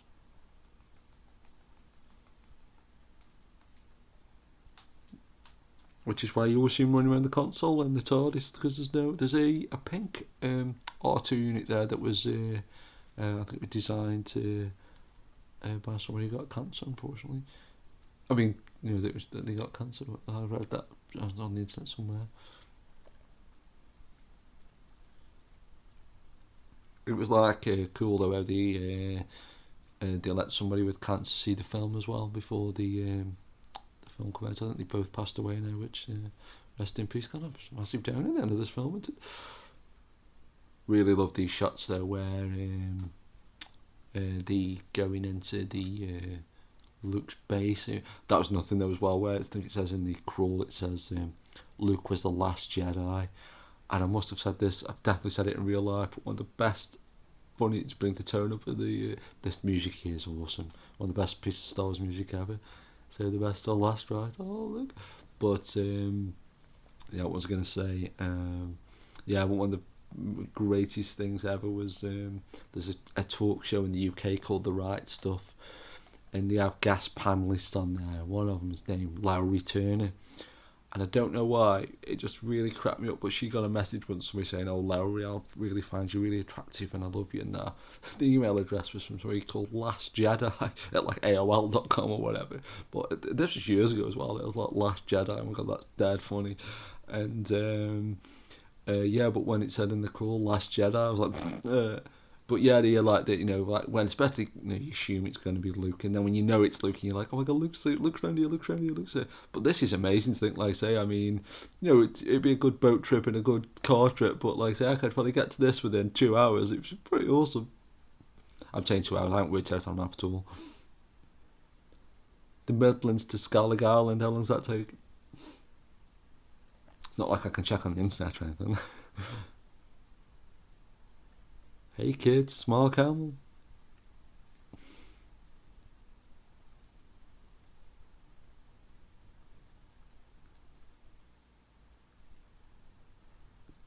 I mean, when you think as well, though, that like we're interested in really properly time this, how long he's in it for. Like I say, it's probably a minute. And like with the aerial shot as well.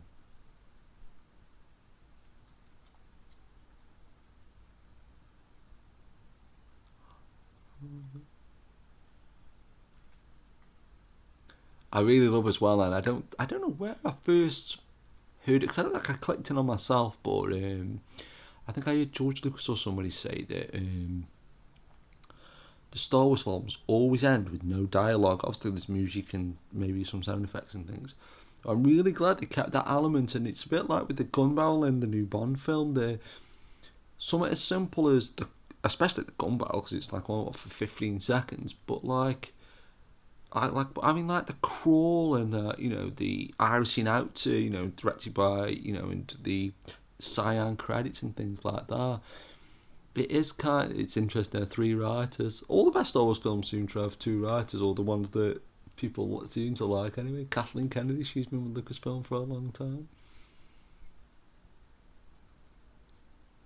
But yeah, talking about the credits, as per usual, we've got a random crew member, and I'll just check that I've typed in. I wrote the name because I think I deleted it, and then I think I had to type it out again. It's only like a second, but I just thought I'll just make sure that I'm getting it right. I think I spelled it wrong. This is entertaining, you guys. And gals.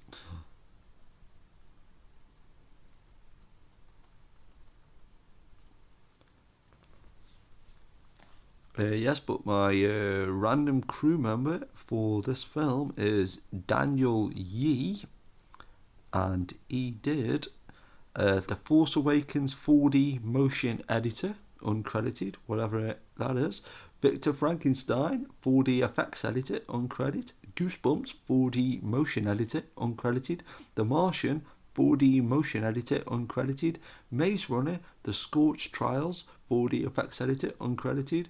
Pixels 4D editor, uncredited. Minions 4D editor, uncredited.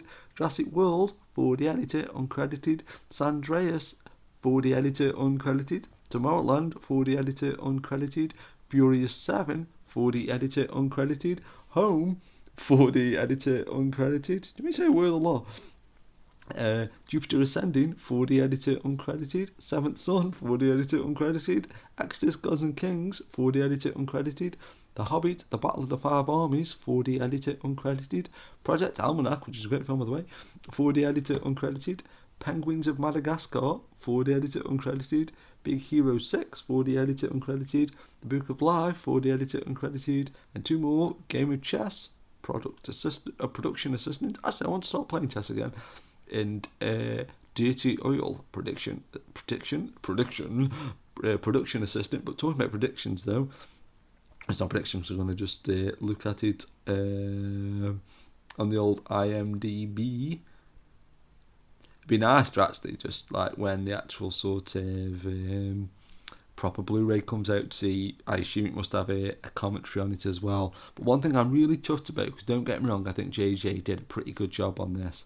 But one thing I've always quite liked about the Star Wars movies is the different directors. So you've got, like, you know, Richard Manquad, who did Return of the Jedi, and Irving Kershner, who did Empire. Then obviously JJ did this film, but Rian Johnson, who did Lupita, is doing the next film. So that should be, you know, could be interesting. And like say, you know, it could be an interesting take on it. It's noticed he was born a year before me. Somebody, the old school Gen X generation. It's written by Rian Johnson and George Lucas, I guess. Characters created by. Who's in the cast? The cast list as of IMDb as of 2015 is Daisy Ridley, Rey, Mark Hamill, Luke Skywalker, Oscar Isaac, Poe Dameron, John Boyega, Finn, and Benicio del Toro. So Harrison Ford was not on that cast list, so that could be an interesting thing. And see if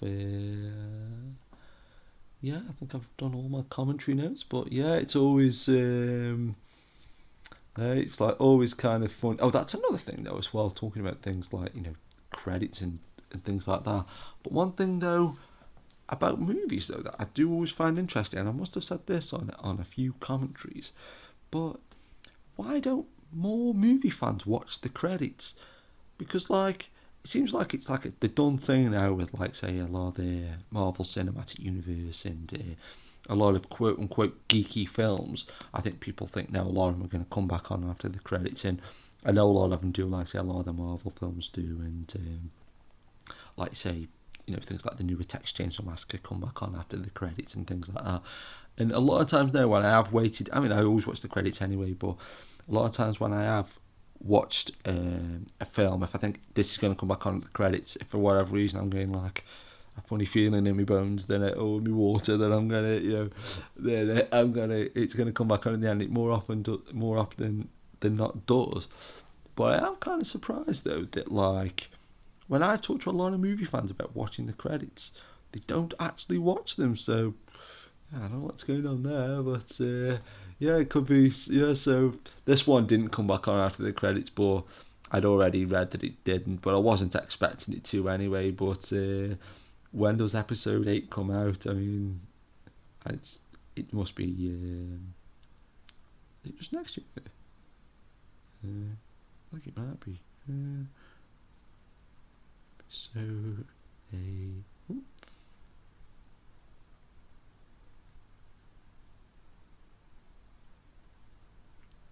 May 26th, 2017. Oh wow, really?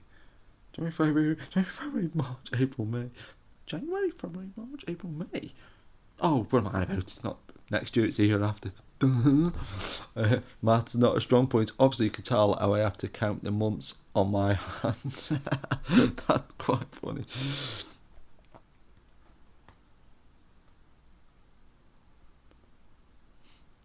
Initial release date, May 26, 2017. Director Rian Johnson.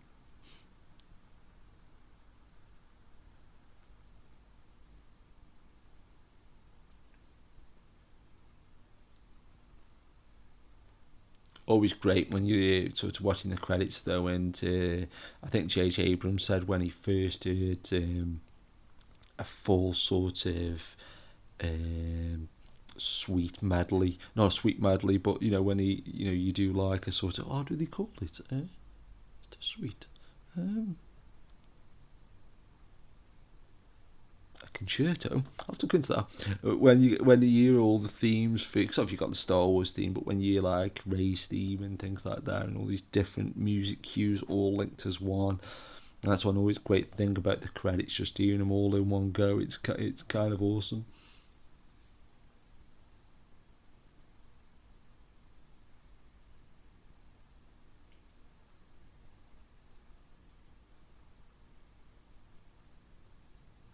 Rian Johnson will also write a story treatment for episode 9, which will be directed by Colin Trevorrow. Oh, I did not know that. Colin Trevorrow, born September 13, 19... Oh, somebody born after me. I I've been bookended. What else did he? Oh, he did Jurassic World. God, I don't recognise these names straight off the bat, and I've seen Lupita and Jurassic World. We are in good company, I think, for those movies, and hopefully we'll all be there and we'll all be watching them. I say I can't wait to get this John Williams score and just fire it up properly.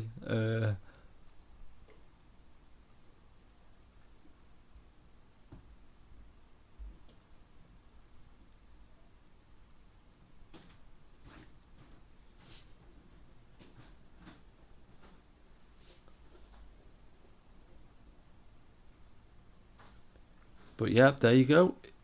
Star Wars Episode 7, The Force Awakens. Thanks for listening, and what is a bad robot anyway? Thanks. See ya.